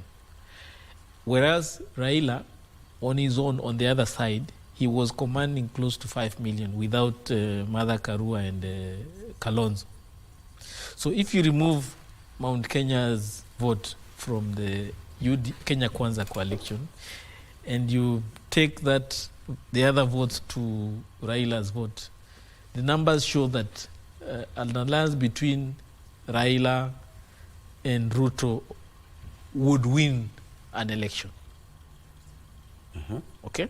Because Raila's vote is secure.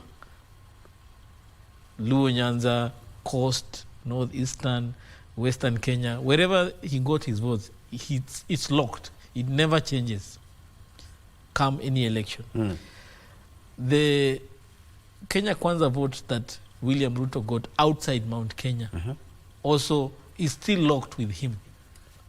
It's not for grab to any, because there is nobody in Mount Kenya is able to take that vote that is outside the Mount Kenya at the moment. I don't think even if Gachagua stood for president, he cannot get any votes outside the Mount Kenya region. We can only say he has cultivated enough grassroots power within the Mount Kenya vote or the diaspora in the Mount Kenya, for that matter. So therefore, anybody who would do numbers would suggest that it would be in a safe place to bring Raila on board and bring the other vote from Kenya Kwanza to form the basket that will win William Ruto's election come 27. And therefore, this heavy lifting he's doing right now, even you can see the kind of cabinet that was formed after the Gen Z movement, it was heavily skewed to have very strong leadership from the other side in terms of the people who are picked from ODM coming to join government, and even the people who are retained from the other side of the country who are not from Mount Kenya were very strong leaders, as opposed to the kind of leadership that was nominated within the Mount Kenya region. I don't think this is the kind of leadership that can go to the grassroots of Mount Kenya and bring Gachagua or William Ruto any votes, suggesting to the fact that a weaker Mount Kenya region is good for business. Yes. So if that is the William Ruto strategy, we are yet to really give it his approval.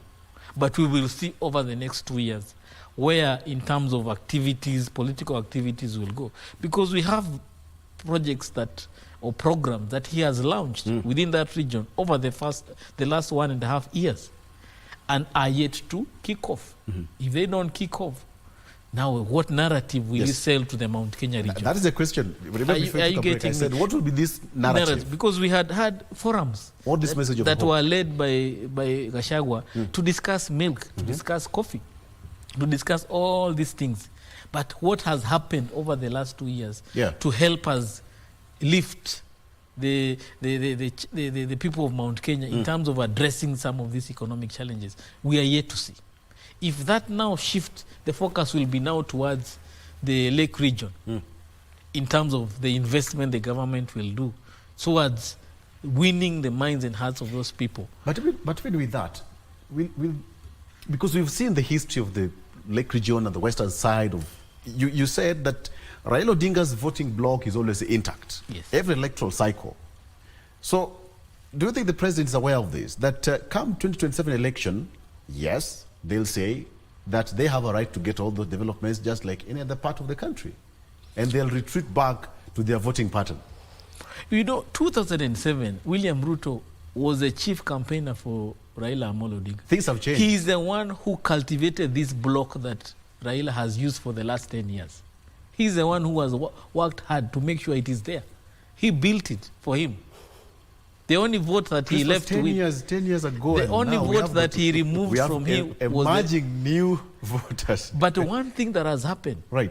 Raila Amolo Odinga's vote has remained intact. If you go to Coast Region, nothing has changed for him. If you go to Western Kenya, he still had significant votes, even without Wetangula and Mudavadi supporting him. The likes of Baraza and Oparanya delivered on his part. Even Cleophas Malala did not win because he did not support Raila Amolo Odinga. When you go to Luo Nyanza, you go to Gusii Nyanza, he still has his vote intact. There are people who stood with ODM and won without even being very favorable, the favorite candidate, but because the party was very popular. So you cannot wish away the kind of, you know, this is a man who has built his political base for the last 30 or so years. And there are people who are fanatic about Raila Amolo Odinga. So you cannot wish them away. Gachagua was just elected an MP in 2017. That's why you find somebody like Kishungwa is not able, doesn't see why he should respect this person. Because for me, I'm a third-time MP. At one point, I was unopposed. Are you getting me? So what are you telling me? You were given this seat in 2017. Now you've given this DP position. What are you telling me? This is interesting. I'm looking. This is interesting. You've talked about he was elected and now he's a deputy president. A majority of these politicians, call them big shots, have political parties. Musalia Mudavadi had ANC until they joined the government. We all know the history of Ford Kenya, Moses Wetangula. Raila Odinga has ODM, Martha Karua has, Na Kenya. All these other big people have the political parties, apart from the deputy president who does not have a political party registered by himself. What's the danger of that? I think it is not very dangerous. It is not very dangerous? Yes, because numbers matter in politics, remember that. Yeah, because one of the things that I have seen in Kenya is that people don't popular political parties do not really matter. What happens is that we find like UDA just came a few months to the elections, and it was popular. Jubilee, you remember, it was also joined and it worked. I think the only party with some history is ODM. But I also feel like that alliance, just to get back where we were, that alliance, I don't think it will work well for William Ruto. Either way, it is the ODM and Raila Odinga that will win in all these matters. Because come 2027 election, those ministers, like John Bandi, Oparanya, and all those people that have been brought in the broad government, they will say, if it works, if the economy works, they will come and say, we were the people who have made this economy to work. If it doesn't work, 2026, you'll find them out saying, we told you, we trying to do this, he was not hearing. Any of the two will work against him. So I think it is a very dangerous ground for William Ruto also. Yes.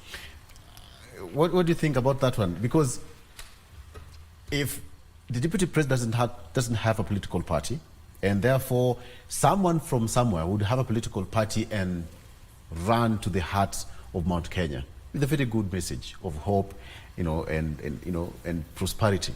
Will that change the narrative?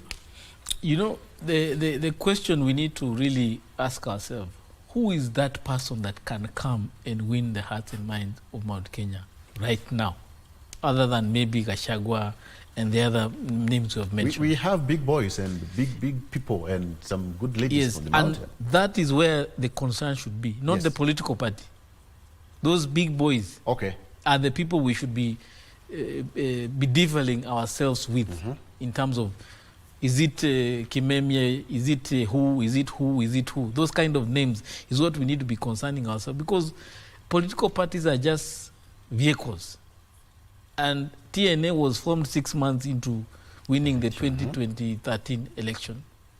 UDA was months, was a party that was existing, it was picked. What people voted for is not UDA, is William Ruto. What people voted for in 2013 was not TNA, it was Uhuru Kenyatta. Because 3 years before, they had been told, if you want to talk to this region, talk to Uhuru Kenyatta. Yeah. Whether he comes with a cow or a car, this is the man to talk to. So if we can work on making sure that we know that person, that who will carry the hearts and minds of the region, whether he will come with a boat or a chopper, that is where he will get the votes. Okay, you've talked about ODM, and it seems that Azimio is, again, could it be a gimmick, a tactic to show that they are also divided?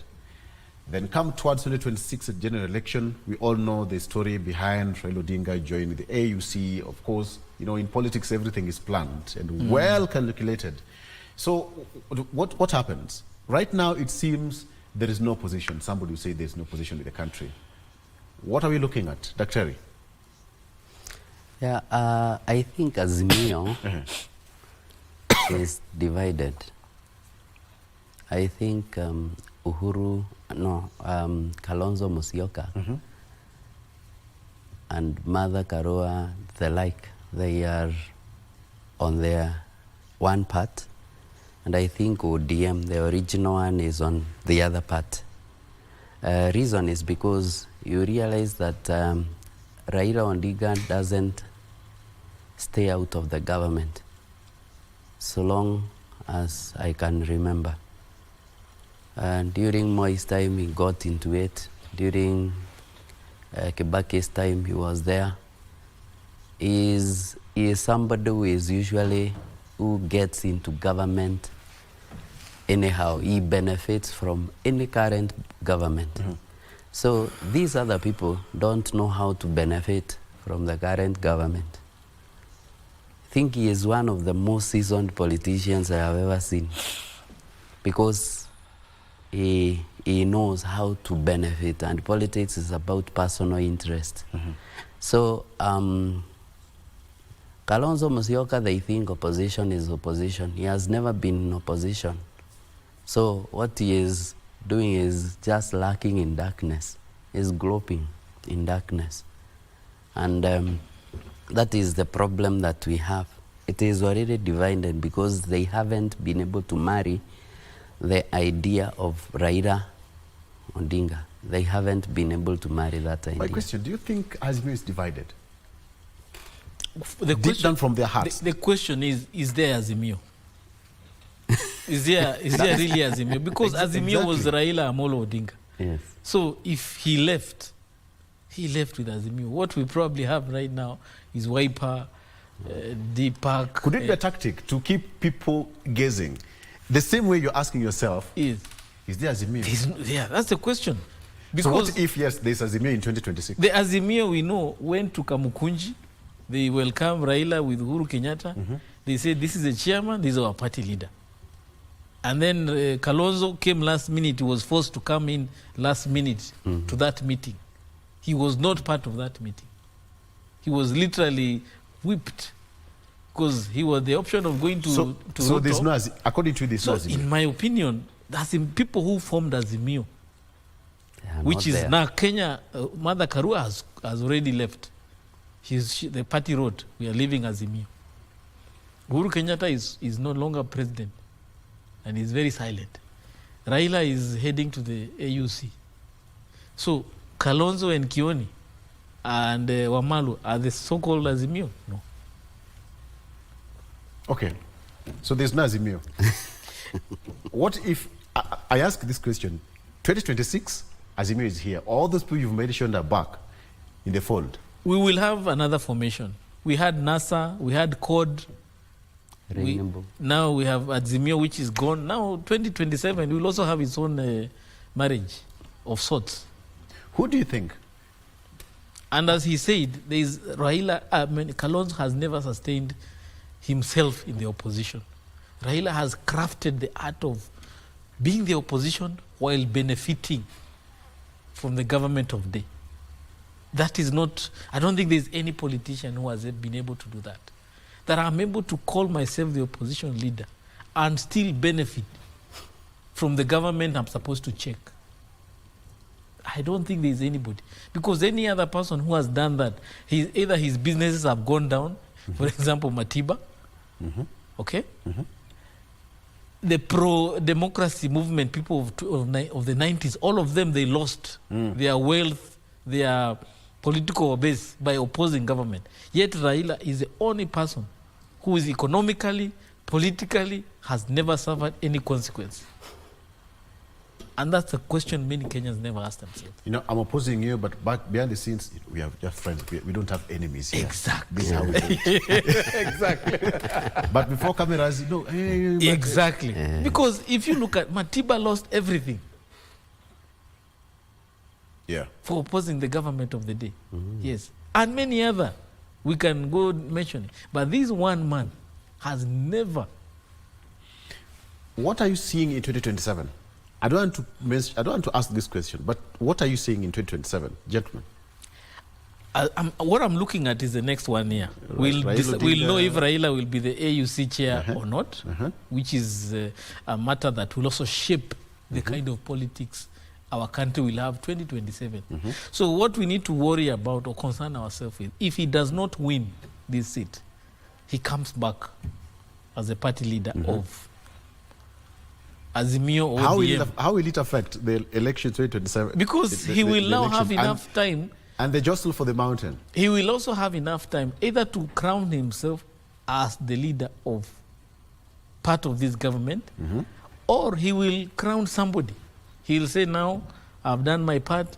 I want Badi or this other person to lead my support within this region. But as history says, even him, he was not given this office by his father.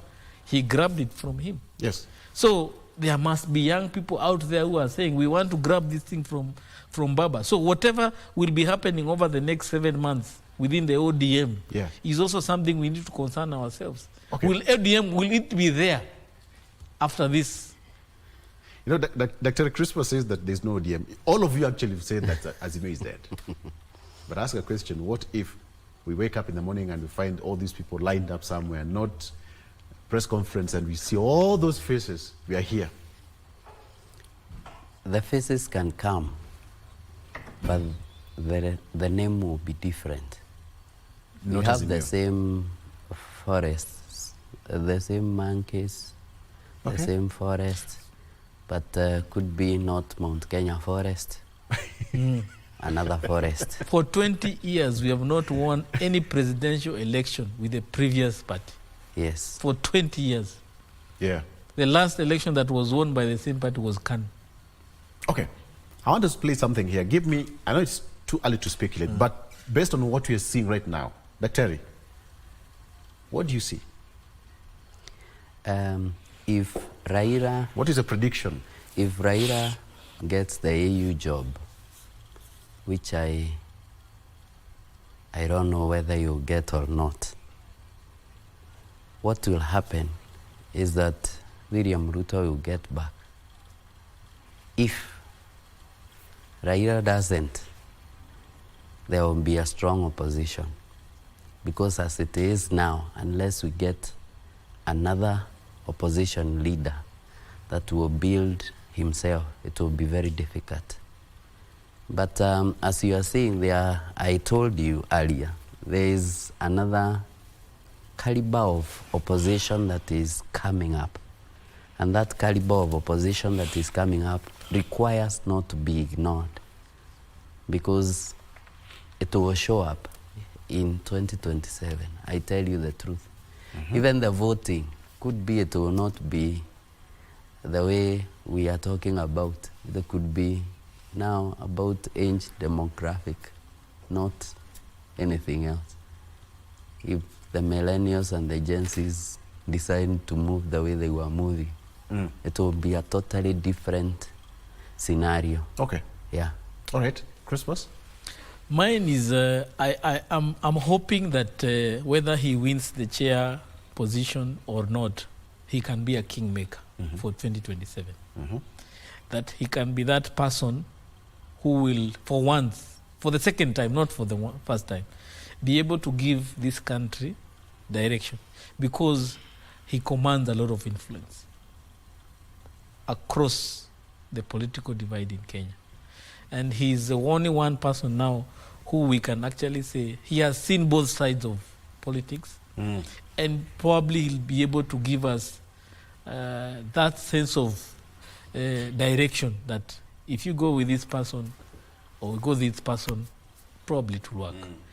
Because I don't see any other caliber of politician out there other than maybe Uhuru Kenyatta who can come close to what Raila has in terms of the political capital he holds. The other challenge I see we have is that these young people, as much as they have made their voices heard, they are yet to organize themselves. And therefore, it may add to nothing if they don't take that movement to a point where it's an organized movement that has people who are voting, people who are registered to vote, people who have national IDs, and they are able to have an agenda that can win the hearts and minds of all Kenyans, that they can be part of the narrative. Whether that narrative is going to be sold in Luo Nyanza or in Western Kenya or in Central Kenya or here in Nairobi, that the Gen Z's narrative will be part and parcel of the discussions that we'll have, and it will be an organized narrative. Right. Because as long as it's not organized, it will not help. It will not help anyone win or sustain power. All right. Yeah. Great. Gentlemen, thank you so much. We've just done 1.5 hours already. And talked about it. It's always interesting to have this kind of discussion because we are not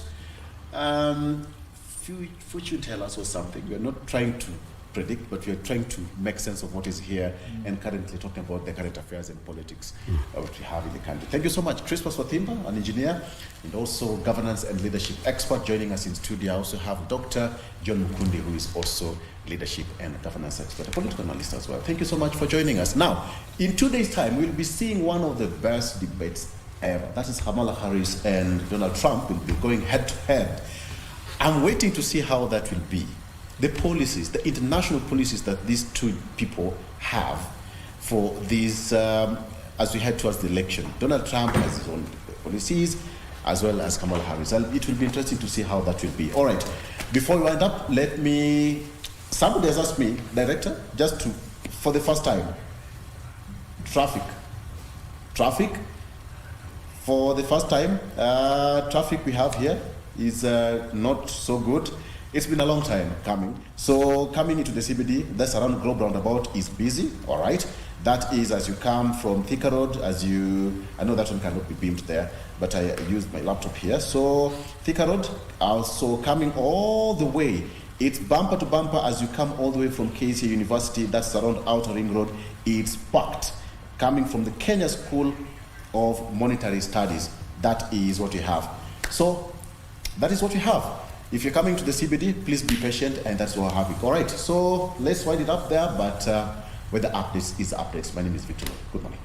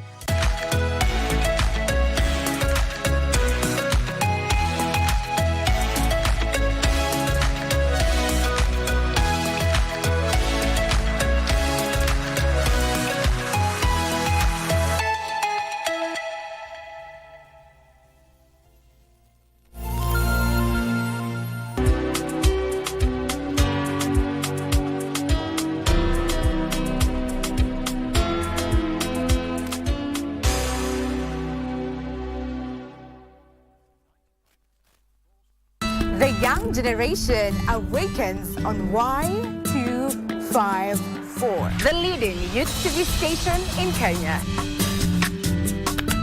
We treat you to current affairs, entrepreneurship, health, and human interest conversation. It's art, it's culture. Movies, gossip and trends, sports, Drama. We bring you a vibe like no other, straight to your living room. to keep you informed, inspired, entertained, and most of all, refreshed. We are such a vibe. Y254. Imagine.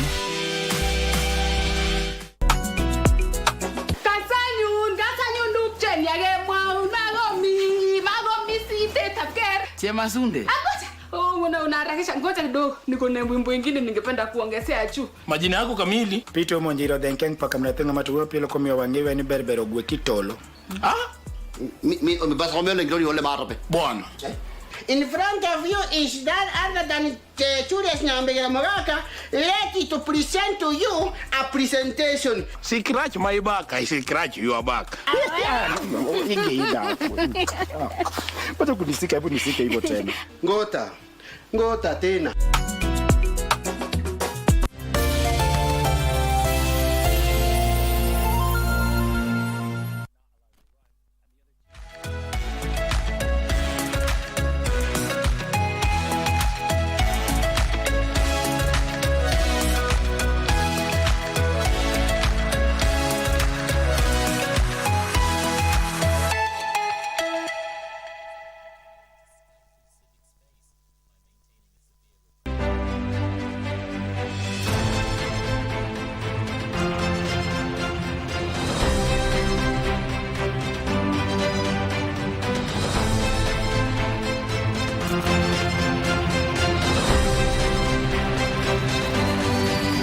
Dr. Protes Kibati Momanyi served 2 terms in the Kenya National Assembly from 1988 to 1997.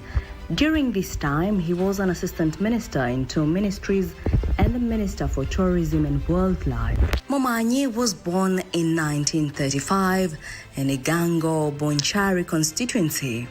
He studied at St. Mary's Yala in the mid-1950s for his O-levels.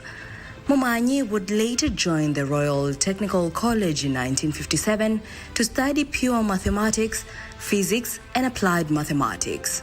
The government of Kenya had set up the first commercial and technical college, Royal Technical College, that would later become the University of Nairobi. He was among the few natives in the college that had many Indian students since it had been merged with the Gandhi Memorial Academy Society. In October 1960, Momanyi headed to Italy where he would spend the next 8 years pursuing higher education at the State University of Rome because of its Napoleonic education. He earned his first degree and a doctorate in civil engineering. He returned to Kenya in 1968. His first job was teaching at the University of Nairobi. However, he taught for only 1 year as he felt he could better utilize his skills as a builder. He went into construction industry and was among the first Kenyan consultants to be entrusted with building highways in the country, notably the Athi River Namanga Highway, a road that would become one of the busiest in Kenya. He would also help set up the Kisii Chemosit Road. Besides roads, he also helped build several hotels and lodges across the country. This was between 1972 and 1979 when he was the Chief Technical Officer of the Kenya Tourism Development Corporation. The hotels and lodges were mostly owned jointly by KTDC and the local municipalities or local foreign investors. Notably, he built the Sunset Hotel in Kisumu Town, Sirikwa Hotel in Eldoret Town, the Marsabit Lodge and Mount Elgon Lodge. He also built the Kitale sewage line that is still being used to date. In the 1980s, Momanyi's clansmen urged him to represent them in parliament. Reluctantly, he joined politics. The opportunity came when Wanjare constituency was split into South Mugirango and Bonchari constituencies. During the 1988 Mlolongo Q voting general election, he ran against the incumbent Mark Bosire. Momanyi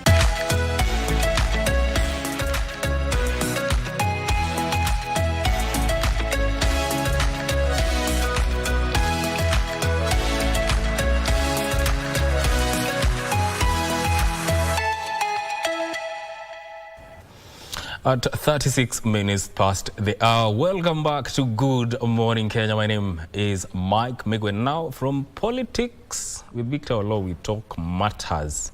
We're talking about the past, generational wealth, or what you would call legacy wealth. And to help me in that conversation in studio, I'm joined by Kilonzo Mbuvi, who is a property navigator with Optiven Real Estate. Karibu sana. Asante sana. How are you doing this morning? I'm very well. How is everything? Everything is fine. Yes. You call yourself property navigator. How did that come about? Property navigator, let me by introducing myself. Yes. My name is Kilonzo Mbuvi, and I also want to pass my condolences to the Indarashia community in Nairobi. Yes. It's very important, just before I forget. Yes. But coming back to property navigator, I'm also a property expert. Property navigator is a social media campaign because I work with Optiven Real Estate, and therefore our market is majorly on social media. And therefore, to crusade that well, to reach more people, I had to come up with a social media campaign so that I can reach the huge network of people that is currently on social media. You're talking of Facebook, you're talking of Twitter, you're talking of now X, you're talking of all these social media accounts and platforms. So property navigator, navigating people where to build, where to live, and even where to thrive. You have interacted with many people within the country and also outside the country, urging them to invest at home. Yes. Why is that? Every Kenyan wants a good life at home and also abroad, and that's why makes so many Kenyans to live, here at home, and they go abroad in the diaspora, looking for greener pastures. Someone is looking for, how can I help my generation tomorrow to have a better life? Starting with themselves, how can I even a good life? And because we don't have so many opportunities here, so many Kenyans are going outside there. There's a lot of labor export to America, to the Europe, and all that. So at Optiven, we try to reach those Kenyans in the diaspora so that they can create wealth back home. Creating wealth back home in land, in so many ways. So they're working hard there in the diaspora. I've been to Europe, I've been to Israel, in America, and I meet these Kenyans across the board. And they are really working hard so that they can create something back home. They can have a wealth for their generation, for their children back at home. So if we are talking about creating a generational wealth, yes, what are we talking about? Basically, wealth creation is, and generational wealth is passing wealth, passing assets to the next generation. We are in the current generation. You have had a lot of Gen Z and millennials. So for example, me, I'm a millennial. I'm creating wealth that I will pass to my children. And for those of us who are believers of the Holy Book, it is said that you should create wealth for your children. And so that I'm creating it now so that my children will also have something to pass to their own children. So passing those assets right now to the next generation. That is basically what we call wealth generation and generational, creating wealth for the next generation. Yes. From where you stand, why is generational wealth important? Generational wealth is very important to the present generation and to that generation you are creating for. We say it is important because, number one, it comes with financial security and stability. All of us want financial security.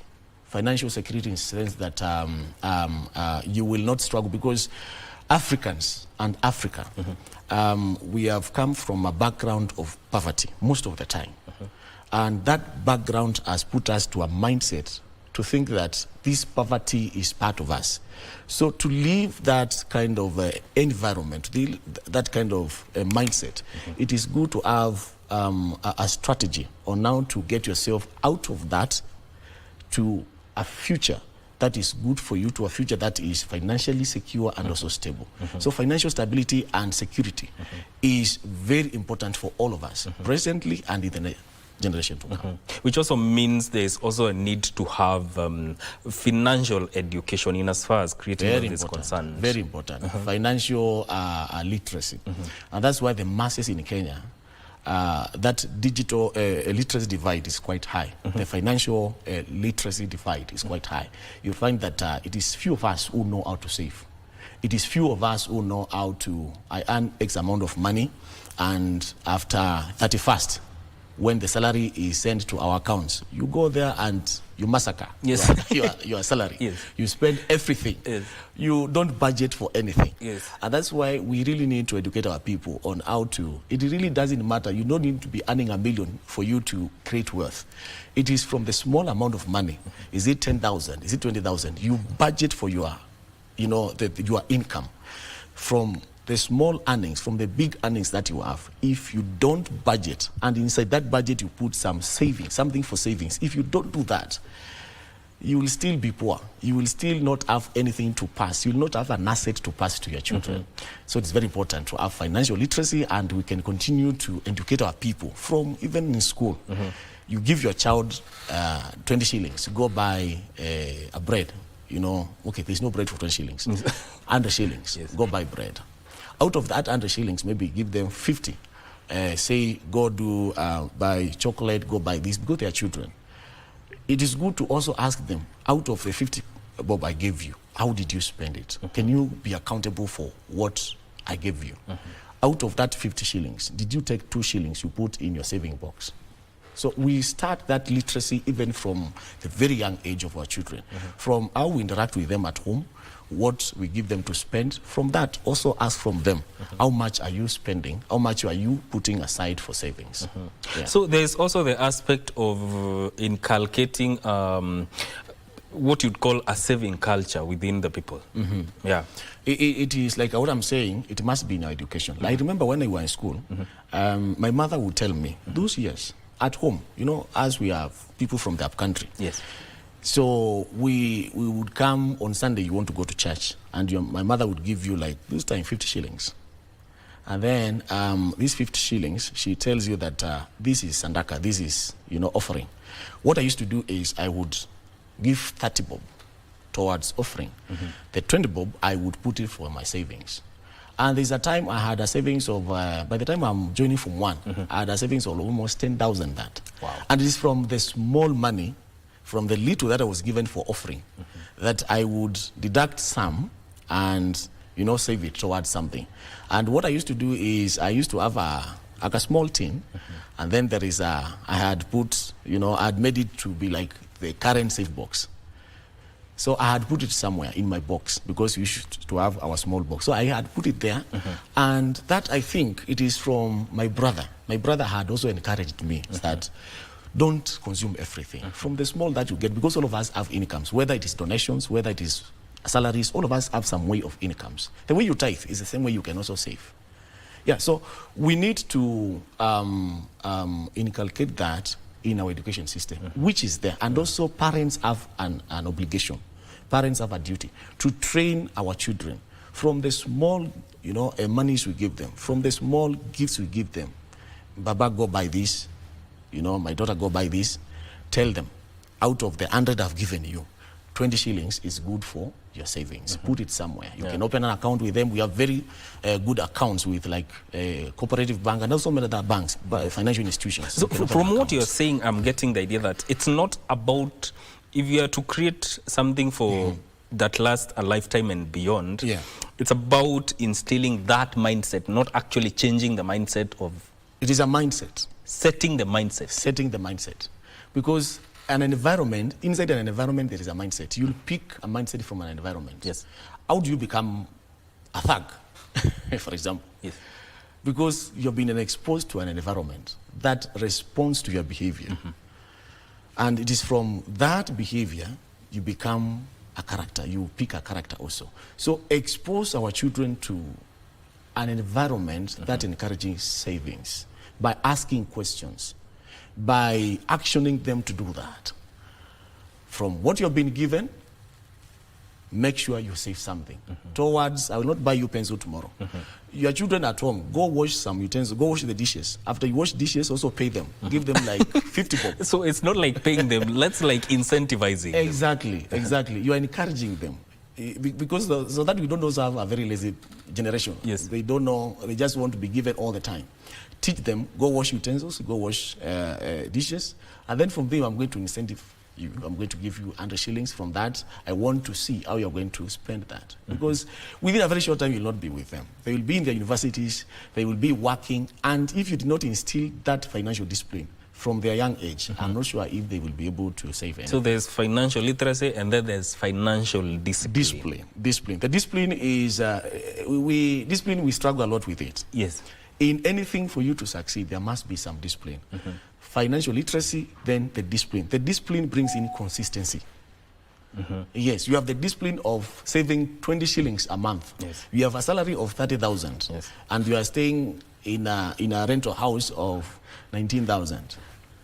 Doesn't make sense. There is no much sense there. Yes. So if it is that 1,000, maybe come to a house of like between max 10,000. Max 10,000. That calls for maybe a single room, what we are calling the bed sitter.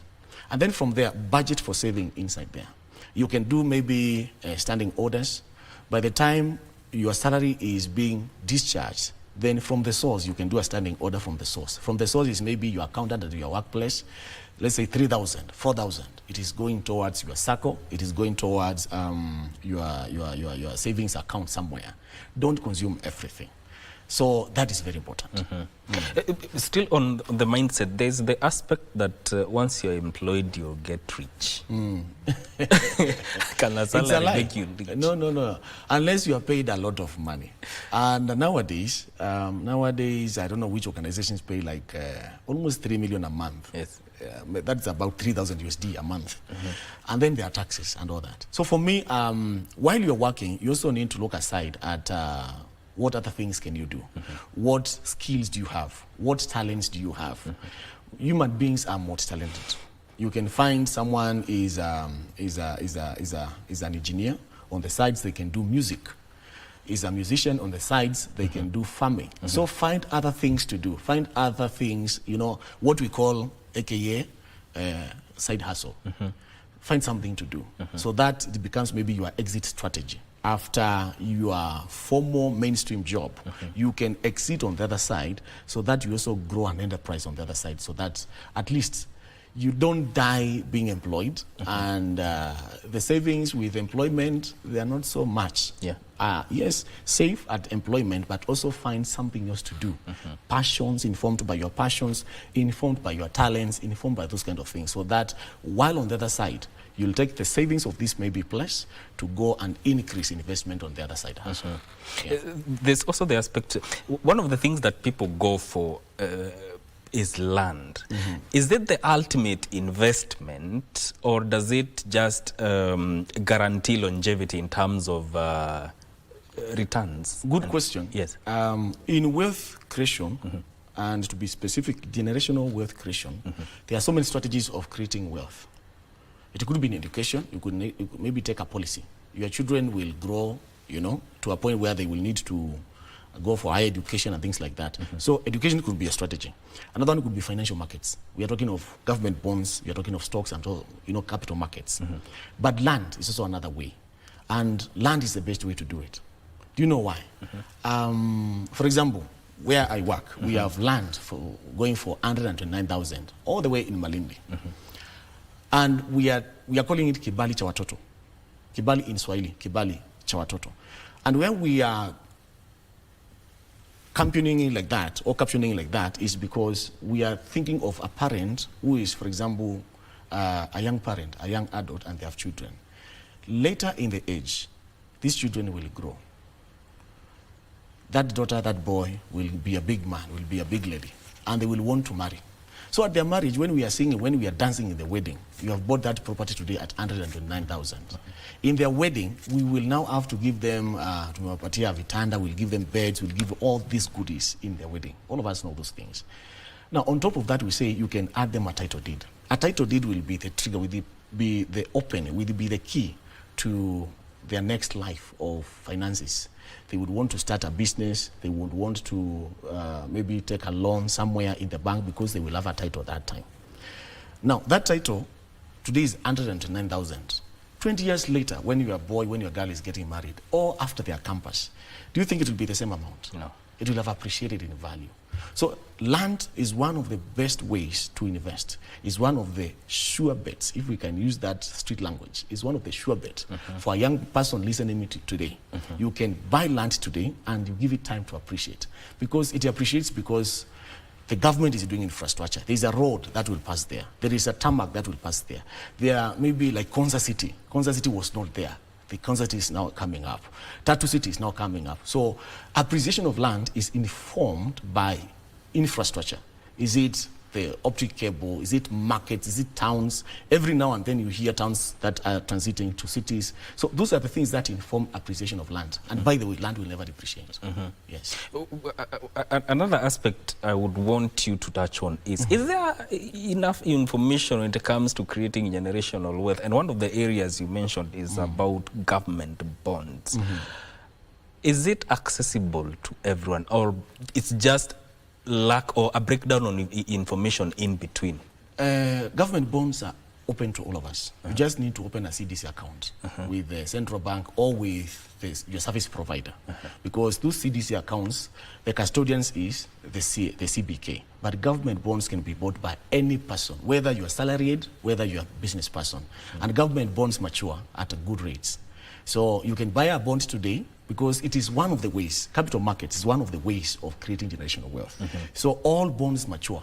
And when they mature, depending on their shares, depending on the amount of money that you had put there, you will always get a good returns on the government bonds. So I would encourage you, anyone listening to us, yes, you can do government bonds, you can do capital markets. It depends on your shares. Sometimes it is riskier, depending on the economic forces of a nation, like here in Kenya, the economic times right now, they're not very, very, very stable, but we are recovering. We are recovering slowly. We are recovering. So invest in bonds if you can. Invest in land if you can. Those are the sure ways of creating generational wealth. But for me, land is the best. Land is the best. Yes. You know, we are talking about creating wealth and all that, but also the way we are putting it seems like it's a smooth sail. What are the challenges that will come up along the way? I will come back to, there are some factors that will guarantee you wealth. I will give an example. For example, Elon Musk. All these billionaires you hear, all these trillionaires, because some of them are beyond billions, it is not that they are chasing money anymore. It becomes about solutions to humanity. So someone like Elon Musk, do you think he just became a billionaire? No. He did not just wake up to this fame, to becoming the Elon Musk of today. The Warren Buffett and the big boys there. It did not just happen. There was, number one, financial discipline to it. And then there was a clear vision on where do you want to go. As Kilonzo Mbuvi, someone listening to me, how do I become this wealthy? How do I create this wealth in land? There must be a vision. There must be also a clear goal. That's something that pushes you daily, towards, I want to have these 2 flats by 2030, for example. I want to have built a home by this time in age. I want to have done this, There must be a clear goal on where you want to go, informed and built on discipline and consistency. If you wake up to decide that I want to have built a home by the time I'm 30 years, and maybe you are 24, 25, then it is not just a walk in the park. You have to have a clear vision on how you're going to get there. And your mission must be your daily objective on how you wake up, where are you working, how are your finances. It is not the time that you will be spending on luxury. You will now need that financial discipline to be setting aside a certain amount of money towards that goal, towards that vision where you want to get. Those guys I've just talked of, they had clear goals, they had clear vision. And then the other thing is diversification. They diversified. They did not just, I like Elon Musk because today he has given us Tesla. And today we are also talking of Starlink, right? Yes. He did not just stagnate on one idea. He had a diversity of ideas. So as you think of creating generational wealth, be also very flexible on the ideas, on the strategies that you have. You can today think of like Elon Musk, Starlink. Starlink is, all of us need Starlink now. Tesla is the electric car, the best car that you want. And is there thinking all the time, where is the next blue ocean? What is the next idea to implement? So let's be very, let us diversify our ideas and let us be very flexible. If an idea is not working for you, then move to the next, consult. There's a lot of financial coaches around, financial advisors, work with them so that you have a clear goal of when you want to be where. Yes. There's also the aspect of taking short courses. Is that a way that people can tap on to ensure that they have the right knowledge to know how to create wealth? Yes, all of us did not, what I studied in campus maybe had nothing to do or little information on financial knowledge. So along the way, in the course of life offers so many things. Go for short courses, professional courses, financial classes, go for those things. Some of them are very free online. A financial, how to manage my finances. I earn this X amount of money. Go to someone who knows about tax. Learn about tax. How to go for tax reliefs, because tax reliefs are there. And maybe you don't know that.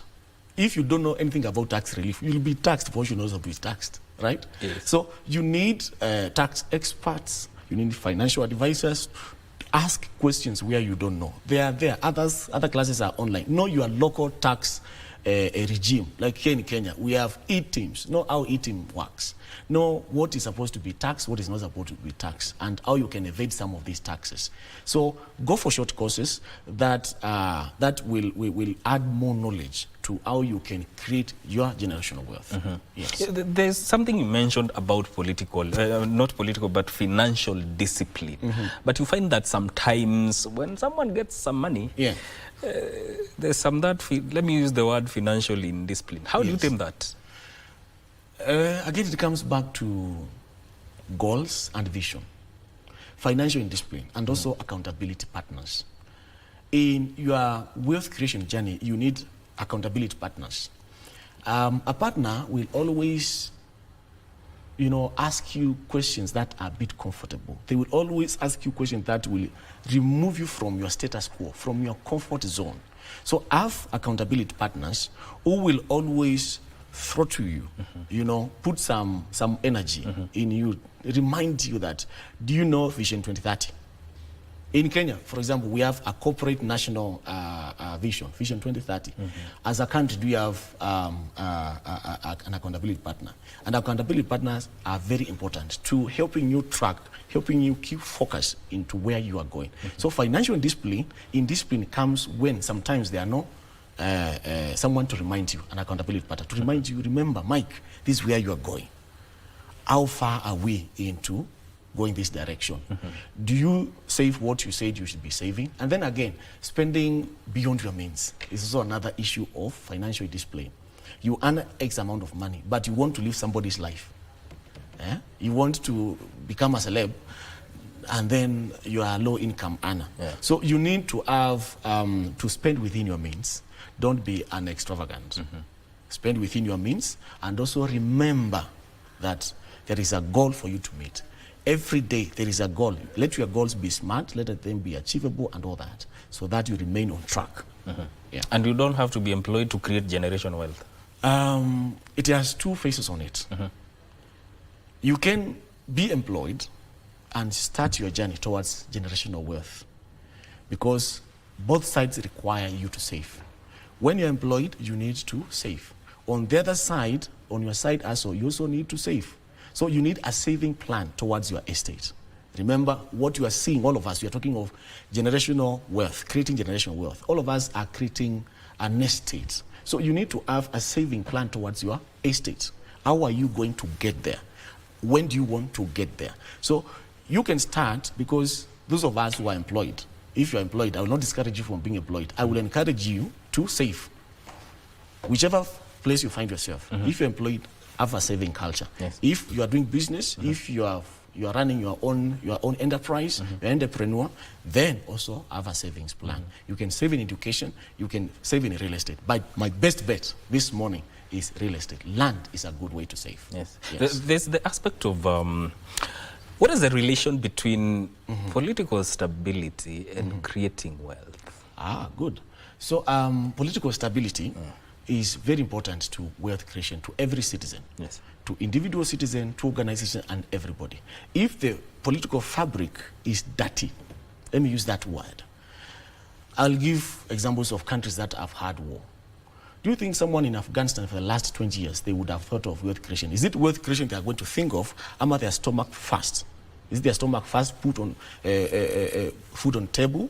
Or are they going to start thinking of how they're going to buy a house in Dubai, how they are going to build a home in South Africa, how they are going to buy some land in Kenya? No. So political stability is really a factor. In fact, it is the denominator of every wealth creator. You need the roads. You need the roads that are passable. You need to be able to wake up in the morning from your home and head to your place of work without any disturbance. You need to be able to wake up in the morning and do a holiday somewhere. You need to wake up from Nairobi to go to Mombasa on a flight. If that is not possible, if that transport system is not possible, it will affect everything. You will not think of, you will not have peace of mind, you will not think of investing, you will not think of all those things. So political stability is the denominator of every wealth creator. Yes.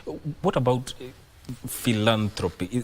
Does it play a role in making sure or enhancing the sustainability of generational wealth? Yes, because you exist in a community. Yes. You exist in a society that has people. So if you are investing, you are creating that wealth as an organization, for example, as at Optiven, we have a foundation, Optiven Foundation, where we have properties. We have communities there, we have societies there, and that's why at Optiven, for example, we have people we have built homes for. It's a way of giving back to the society. We have people we take to school. We have students we support all over the country, 47 counties. We have people, we have students we support every term. You exist in a society, so support that community, because tomorrow you will need these people you are supporting to help you, you know, buy your properties and all that, if it's an organization. As an individual, also we have the need in the society. In the time of Jesus, Jesus said that we are poor all the time, but we have needy people all the time. Find a way of touching a life. Find a way of reaching people and touching their lives. It is in that tomorrow they will remember, oh, there is a path. There is a time I was in this struggle and Mike came through for me. Because we are not investing in the moon. Elon Musk is telling us to try to find, you know, there could be life in some galaxies up there. We are not yet there. Maybe Elon Musk will tell us more. But now we are here. Invest in people so that tomorrow they can invest back to you. Kilonzo, yes. Your parting shot. My parting shot. Yes. Generational wealth creation must be a matter to all of us, because that is number one, what the Holy Books command us, that we create wealth for our children's children. It is easy to do that. Start small. You don't have to be earning 20 million or 1 million shillings for you to create wealth. Start small. And the easiest way to do it, start saving. Whatever earning you have, whatever incomes you have, start saving. Have a budget and put something aside for you to get and to realize the dreams of creating generational wealth. Thank you so much for making time for you to come on Good Morning Kenya. Thank you, sir. And sharing so much more on the path to creating a legacy. Well, this is where we cap this conversation. But Good Morning Kenya continues shortly. But here's the weather update.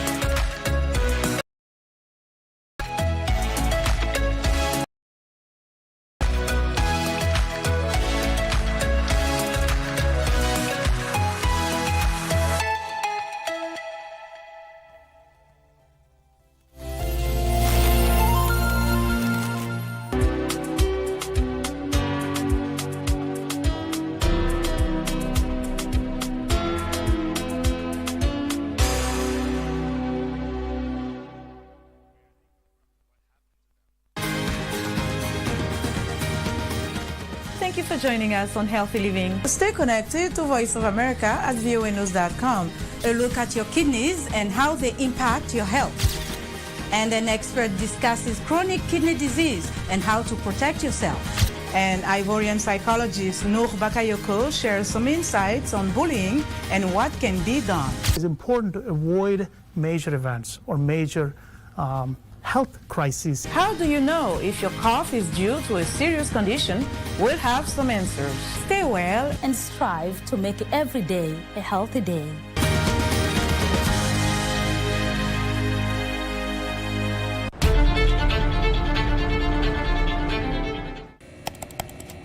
Technology has become a crucial part of our society. Without technological advancements, so much of our everyday lives would be drastically different. As technology develops, it strives to fulfill the changing needs of society. This means that technology exists to help us achieve the things that we wouldn't be able to achieve without it. Take on Tech looks at the advantages and downside of technological innovation in a world that is becoming increasingly dependent on new digital technologies. Every Monday at 10:30 p.m.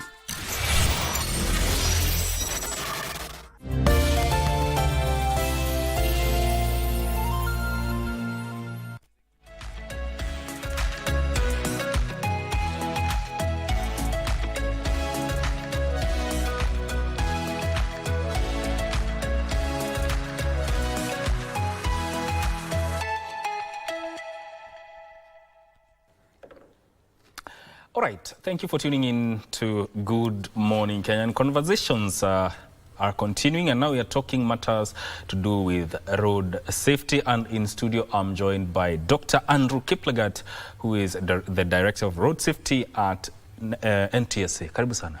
Asante sana. How are you doing this morning? We are well. Yes. We thank God. Yes. Yes. So who is responsible for the safety of our roads, on our roads?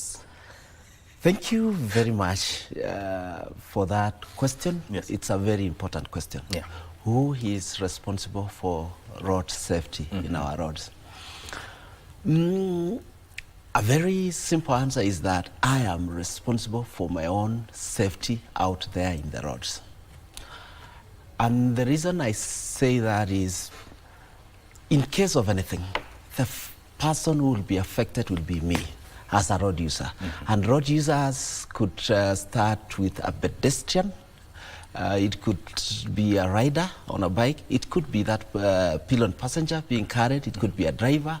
So we say that responsibility, road safety is a shared responsibility, but it starts with me. Yeah. So in all this, let's first of all try to understand the mandate of NTSA. Yes. Now, I know NTSA is well known in the country. Yeah. When it comes to road safety, the first government entity one thinks of is NTSA, because NTSA is the lead agency in matters road safety. And its mandate is drawn from NTSA Act of 2012, yes, which actually established it, yes, and gave it the mandate to plan, to regulate, to administer policies regarding to, road safety in Kenya. And that's actually the basis of existence of NTSA.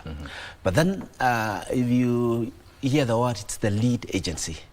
Lead agency meaning that there are many other players in the sector. So NTSA's role is mainly to coordinate and ensure that all these activities lead to safety in our roads. What's the synergy between those players you are talking about? What's the synergy between NTSA and them, and how has it helped in enhancing road safety within the country? I would say this is something that we are pursuing continuously. Mike, you know, until we save the last life, we must continue working. Yeah, we must continue building these synergies. So we are continuously pursuing synergy between the different actors, be it government, yeah, be it non-state actors, be it even development partners, because recently His Excellency the President launched the National Road Safety Action Plan. And in that National Road Safety Action Plan, one of the 8 priority areas, in fact the first one among the 8 priority areas, is delivery of partnerships. Yes. And what this seeks to realize is to bring people together, all these actors, because when you look at road safety, it has quite, for us to realize, in fact I say road safety is a function of about 5 factors. Yes. It's a function of safer roads. Yeah, it's a function of safer vehicles. It's a function of safer road users. It's a function of post-crash services, yeah, and it's a function of the management system. And when it comes to synergy, now we will need to seek synergy among the road, the road agencies, for example, because they are responsible for several roads. We will need to also bring on board the users, yeah, which cuts across. We'll need to bring on board, matters of vehicles, and even post-crash, which is more health, people, first responders, and all that. So to answer then your question is that this is a continuous pursuit that we keep on engaging on all these stakeholders, so that then we ensure or we promote safety in our roads. Yes. There's aspect I think many people overlook, and about road usage, and it's mostly from pedestrians. What is the role of a pedestrian in enhancing their own safety on the road and the entire road safety of other users? Thank you for that. And I mean, if you look at the statistics, pedestrians are actually the people who are at risk. Our statistics indicate that we are losing, in terms of, in terms of the numbers, we lose more of pedestrians than any other road user. What is the responsibility of a pedestrian?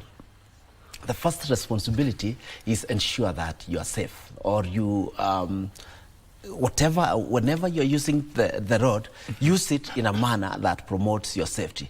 And what does this mean? Where do you walk? Okay, are you at risk given the path that you've taken in the road? Secondly, how do you interact with other road users? Because ideally, we would say that it's important to segregate road users, yeah, so that then we promote their safety. And to segregate here means that ideally we should have pedestrians having their own path, so that then we can assure their safety. But that's ideal. Where we are in our country, in many instances, you'll realize that we are sharing the road ourselves. So it will be important for these pedestrians then to think about their safety, like I said, ensure that where they are passing is possibly safer in terms of they are not at risk of being knocked by maybe vehicles or what do you call motorbikes. Yes. The other thing is that, are you visible, for example, by other road users? Like, can a vehicle see you? Yeah, because sometimes you heighten or you increase the risk if you are not visible enough. The question is, where do you cross, for example? Yeah. You need to cross in designated areas, maybe pedestrian crossing designated areas. In our roads, again, there are bridges for safe passage of pedestrians. A pedestrian, because of their own safety, should use such facilities so that then they can cross to the other side safely. So those are just among the many things that a pedestrian would need to, ensure that they do to keep themselves safe. Yes. As a road safety leader, how would you say, or what is the current status of our roads right now? Based on the recent happenings in our roads, the road crashes that we've seen, and based again on the national targets. And the national target is that we need to bring down fatalities and injuries associated with road traffic accidents by at least 50%. we are not doing good. We are not doing good because until we realize those targets, then we are not doing good. Yes, because I was asking that because I was reading, and if you compare the first quarter of 2024, that is between January and April, there were over 1,189 deaths as opposed to last year, 2023, the same period when there were around 1,129 deaths, traffic deaths, which is an 60 more deaths, an increase. So what's leading to this? Maybe to give the recent statistics, maybe from the beginning of the year up to now, is that I think we've lost our people about 1,222 up to 5th of this month, September, as compared to about 1,076 in the same period last year. And that is an increase of about 146. And this is pedestrians, because like I said, that we are losing more of pedestrians as compared to other road users. Now, among the many things, among the many causes or risk factors, the biggest cause is behavior. When we started, we said that road safety begins with me. Yeah, it's my responsibility, because if anything should happen, the life or the injury that will happen will actually happen to me as an individual. So behavior is the biggest risk factor. And in some facts that we are having, some statistics out, if you allow me to cite, for example, to just emphasize on this factor, is that human behavior factors on their own are actually responsible for about 57%. It contributes about 57%. When you look at the interaction between, because we said roads, you remember the safe system, that it's a function of roads, it's a function of users, and it's a function of vehicles. So for roads, the interaction between the human factors and roads, for example, adds another 26%. So that then that becomes about 3%, the interaction between the human factor and the roads. And if you bring the aspect of vehicles, it adds in another 6%. So that in total, the contribution of the human behavior is about 93%. So this tells us that the biggest contributor without of course downplaying the role of these other factors, is human factors. And when it comes to human factors now, across, it's not pedestrians only, but across the crashes generally, then you'll realize then that these are big thing, and this is manifested in how do we make our judgment while on the road. Where do I cross, for example? The judgment not to use a footbridge, for example, and just decide to cross. Those becomes the human factors, or the judgment, the decision that you make, that ends up being risky to our lives. When it comes to maybe vehicles, the decision to speed, for example, because we know speed is also a big contributor to the fatalities and injuries we have in the road. The decision to maybe overtake dangerously. We know from the many crashes that have happened in our country that sometimes it's about reckless overtaking, in disregard to the rules and regulations that govern driving. Issues like maybe drunk driving, for example. You see, that's a decision that we make. Someone drinks and decides to take on the wheel.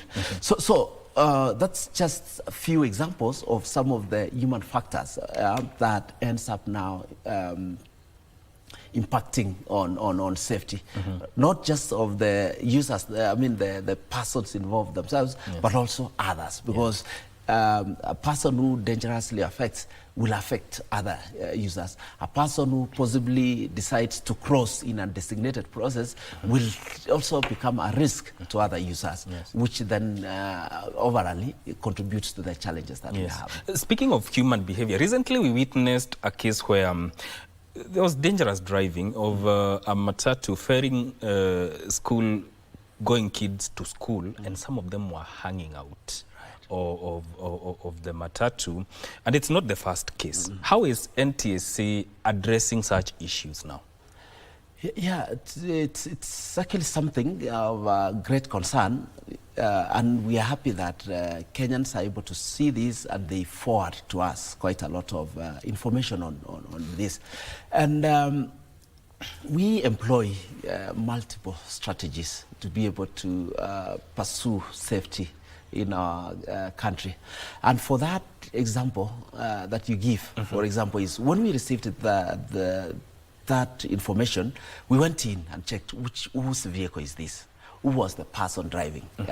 And within the authority, we are able to get this information and summon these people. And it's not just that. There are many others, because sometimes we drive on the roads, we see things, and we are able to take action. Maybe taking, for example, photographs of the same, and ask these people to come so that we can engage them, sensitize, and of course take corrective measures such as sanctions that are applicable. So for this case that happened, I think you are aware that it went to court, because we were able to get them, and then the police took it up and they were taken to court to be able to, I mean, of course, for justice to prevail, isn't it? Because whatever they were doing was endangering not just them, but other road users. And it happens. We have so many of these coming to us, and we take firm, decisive actions on them, so that then we try to discourage this kind of activity or this kind of behavior, which is risky and endangering not just their own lives, but other road users. Yes. It also brings about a very important aspect where what is the role of parents in ensuring that there is road safety, especially for their students who are going back to school? Thank you very much. And I think you are bringing something very important. As we said, it's a shared responsibility that all of us have a role, parents included. And it's interesting because the what do you call information, or rather education on road safety might not have permeated so much in our systems. And what parents can do is that we need to inculcate this safety behavior, road safety behavior.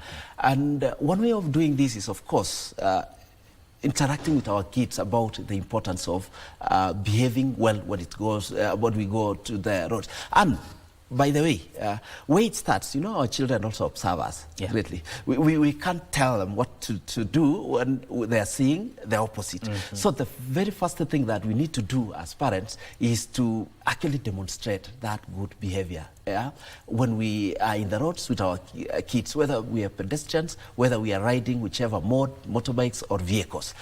So that then how do we behave when we are in the vehicle, for example, isn't it?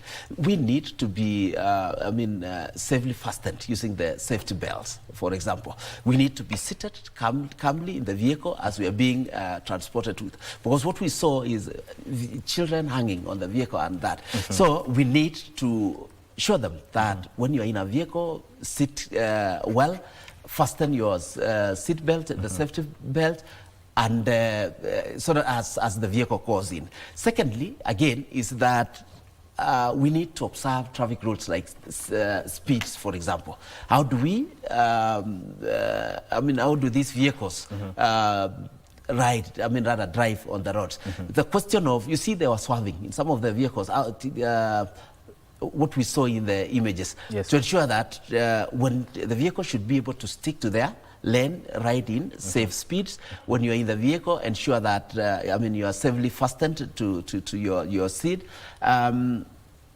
Other issues is, of course, when you observe things that,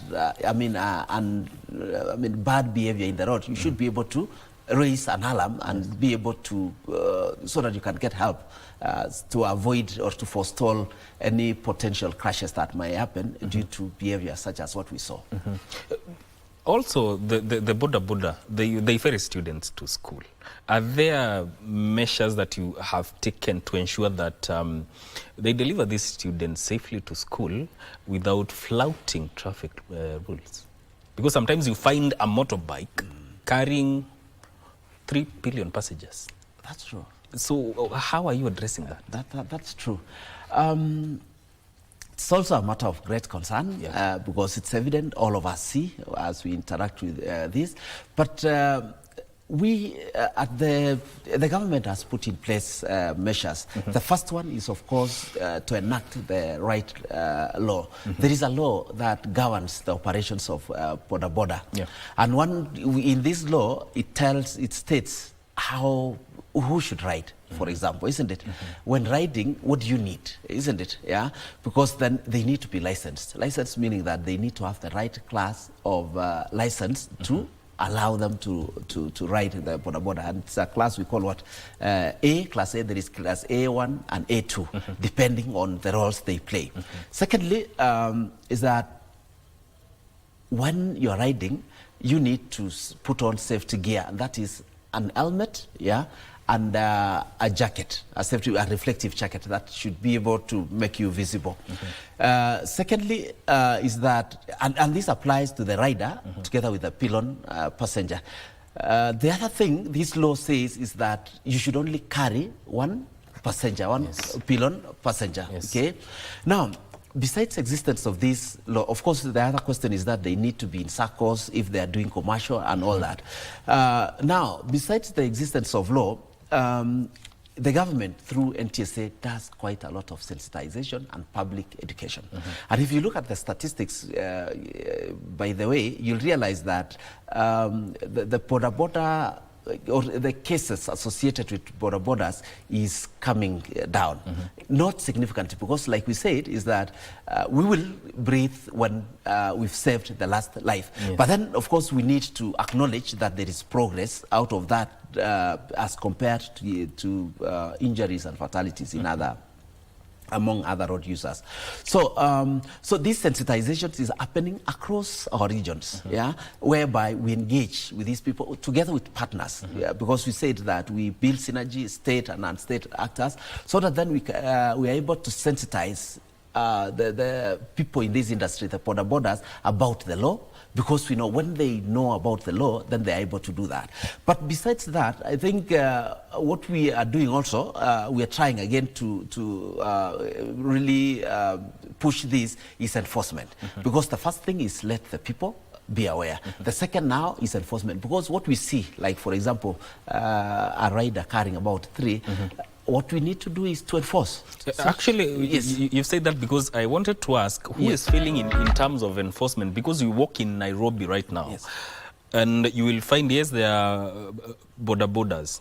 They are carrying passengers. Even the rider himself does not have a helmet. The pillion passenger does not have a helmet. So who is failing where in terms of enforcing? I may not say it's failing, but look at what we are dealing with. Look at what we are dealing with, because it's huge. If you look at the number of riders or motorbikes, in that case, possibly it's more than 2 million out there. Okay, you look at and they're increasing every day. They're increasing every day. You look at maybe motor vehicles in that case, they're increasing every day. So that then. What we do, like we are talking about the multiple strategies, like the first one is sensitization and public education, so that these guys are aware. But where we are at the moment, and I'm happy because you are asking even how we are engaging to build synergy. on Thursday and Friday last week, we were engaging with counties through COG, discussing about, how do we deal with these issues?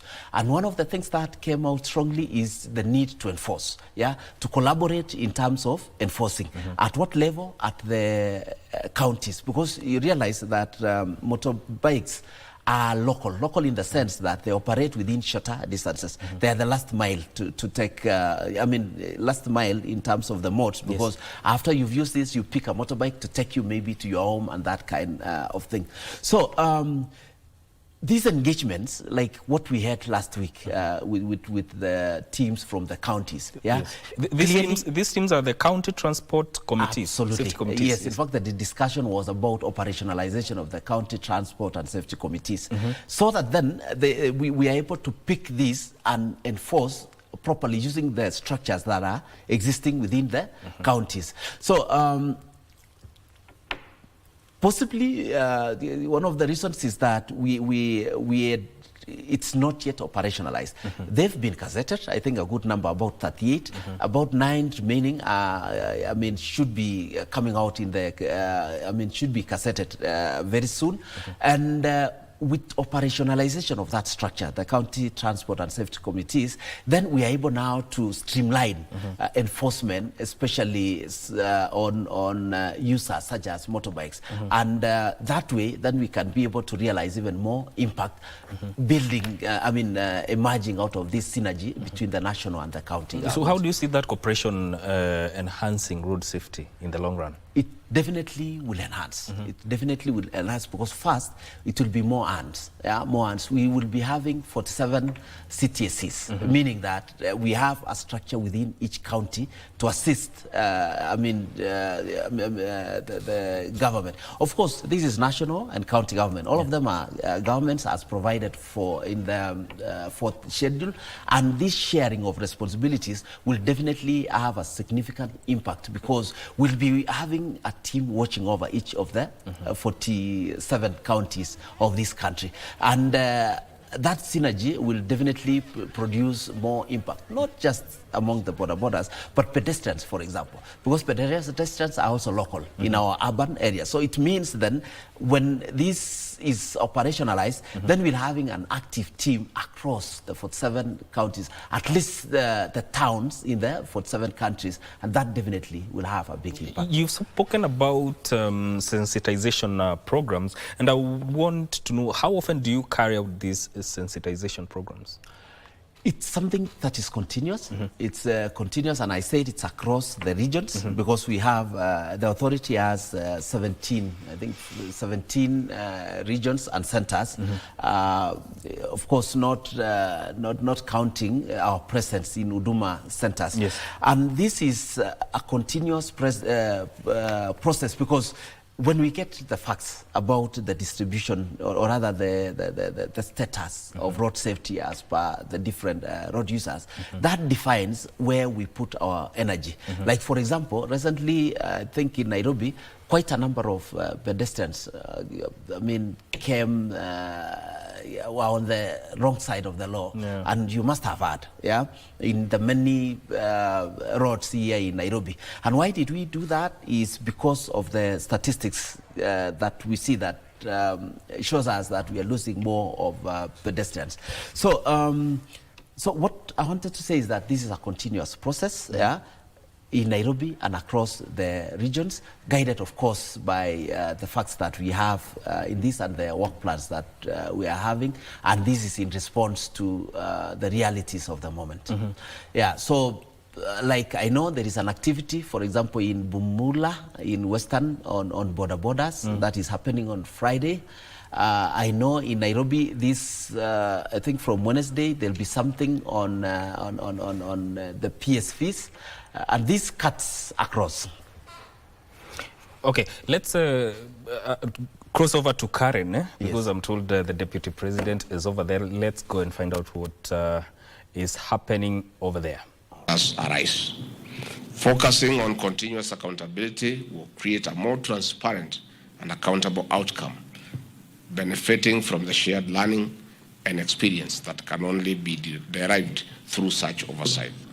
I will chair this session alongside the chair of the Frontier Counties Development Council. Consequently, we shall receive an overview of the NED coordination framework and an update on the status of NED projects supported by the project implementation units through their respective principal secretaries. Principal secretaries from various ministries, with the support of the World Bank team, will address questions from leaders. I look forward to fruitful deliberations and successful outcome. Asanteni sana.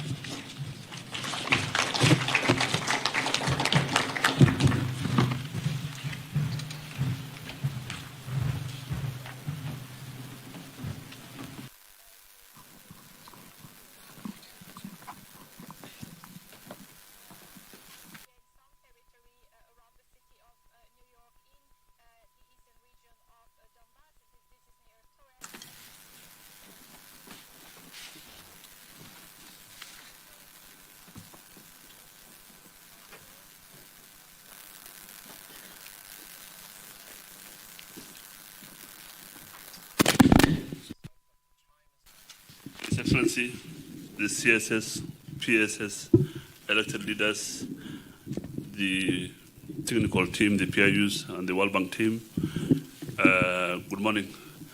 I'm here to do a PowerPoint presentation regarding the NEDI coordination framework. All right, that is the Deputy President who was speaking in Karen. We'll be bringing you more on that in our subsequent bulletin, so keep it KBC. And let's continue with this conversation. There's something I wanted to ask you about. It's about inspection of public transport vehicles. Sometimes you find that you're on the road, but a matatu passes you and you're unashindwa what is happening, because the status of that matatu is not roadworthy. So what are the things that you look for when you're inspecting a matatu? Thank you very much, Mike, for that. And maybe to put it, I mean, to have the bigger picture again, is that safety in our roads, like we said, it's about the vehicle, and the vehicle needs to be roadworthy, so that then, we ensure that the vessels plying our roads are safe. To that end, therefore, the authority, the government through NTSA does motor vehicle inspections. And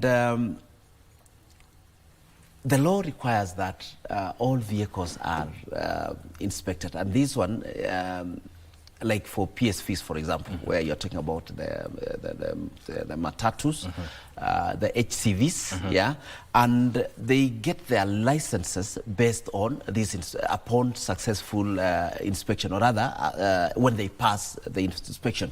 And this inspection, the requirement is that these vehicles must come to our centers that are spread within the country. I think 17 centers, whereby our inspectors are able to interact, because inspectors are engineers who are actually licensed to be able to check the roadworthiness, and they check many things, which touches on the safety, maybe the mechanicals, brakes, and all that. They check maybe the fittings, whether they have safety belts. They check issues about the speed limiters to ensure that they are not just limiting, but they are able to transmit to our servers to allow us to monitor. And upon successful inspection, then they are given the go-ahead now to get subsequent licenses, like maybe road service licenses, tourist service licenses, which then is an indicator that they've been able to go to do that.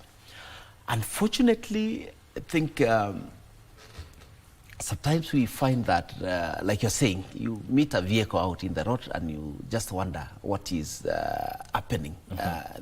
And that's why we go back to the first thing. As an owner of a vehicle, have you taken your responsibility to take your vehicle to NTSA for motor vehicle inspection in compliance with the law?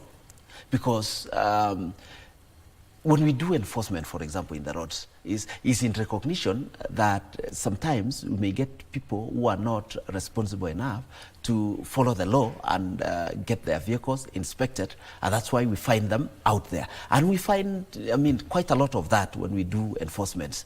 And therefore, what I'm trying to say is that it all, again, boils to the question of responsibility as individuals in the sector. Yeah, are we playing our role? Yeah, to know that this vehicle requires inspection as per the law. Do the same, take the vehicle for inspection, so that then when it's operating in our roads, then there is that assurance that it's inspected and it's roadworthy. Yes. And it's not, by the way, it's not just because inspection follows quite maybe some procedure, some checks on the requirements, but sometimes we even need to do more just to ensure that the vehicle is roadworthy enough, and that still has some personal responsibility aspect in it. Yes. So that even we escalate as the other players do their bit.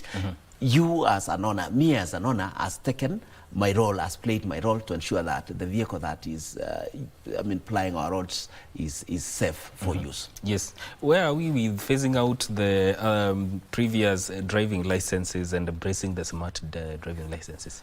It's ongoing, and a very good number of Kenyans have actually embraced that, and we get quite a lot of applications to go into the smart DL, very encouraging. Yes. And we call upon Kenyans. Yes. To step forward and be able to upgrade to the new generation driving license. The same also for reflective plates. It's progressing on very well, but we are not yet there because we still have our people out there who are yet to get the reflective plates, and we appeal, we call upon them, take time, apply, get processed, so that then we can shift to this new generation smart driving licenses and reflective plates.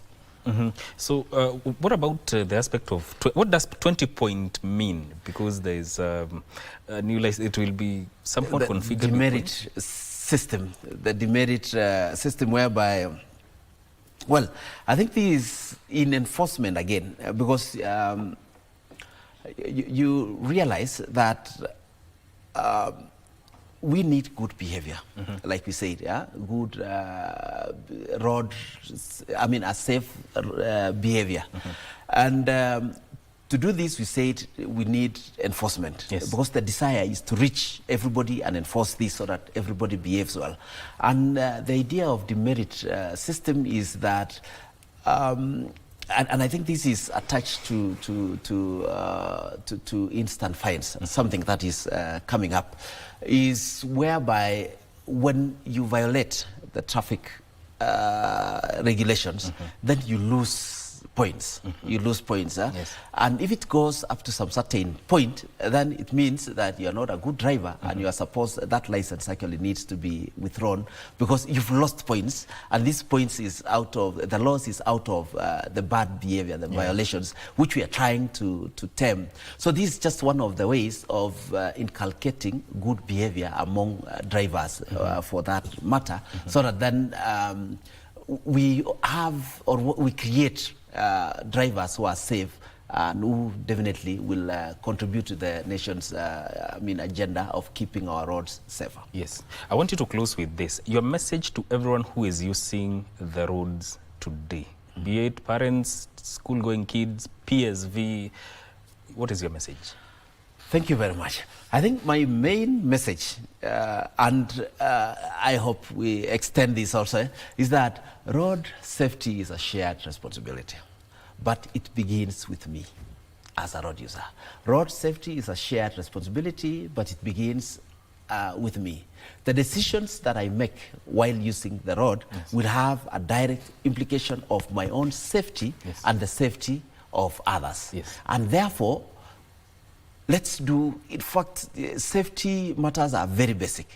If I'm a pedestrian, for example, let me ensure that I cross the road in the right places. Okay. Secondly, I make sure that I'm visible to other road users. Thirdly is to use facilities that have been made available. When it comes to a driver, for example, let me make sure that as it starts, the responsibility starts with me, that I operate with safer speeds. Yes. I mean, avoid overtaking, yes, and all these bad behaviors that endangers my own life, the lives of the people I'm carrying, yes, and other road users. Right. So road safety is a shared responsibility, but it starts with me. Thank you so much. Asante That is sana. Dr. Andrew Kiplagat talking to us about matters road safety. This is where we cap this conversation and the entire Good Morning Kenya. Thank you for watching. My name is Mike Migori. Let's do this again tomorrow morning. I leave you with the weather update. Good morning.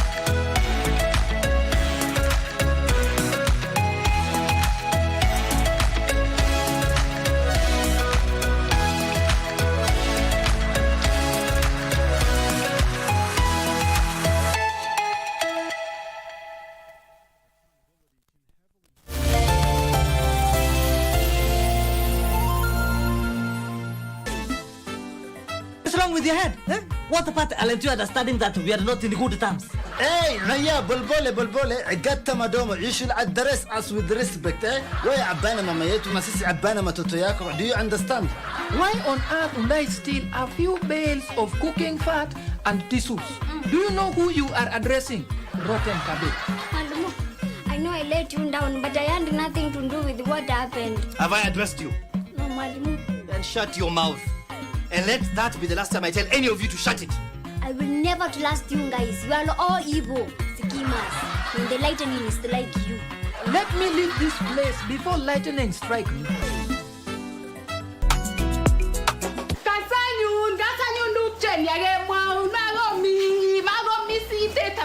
Chemasunde. Unaharakisha, ngoja kidogo, niko na wimbo mwingine ningependa kuongezea juu. Majina yako kamili? Pito Monjiro Denkeng paka mnatenga matuwa pilo komia wangewe ni berbero gwe kitolo. Ah? Mi bas Romeo Nairobi wale marabe. Bwana. In front of you is none other than Julius Nyambegera Moraka, ready to present to you a presentation. Scratch my back, I scratch your back. Pata kunisika, hebu nisike hivyo tena. Ngota tena.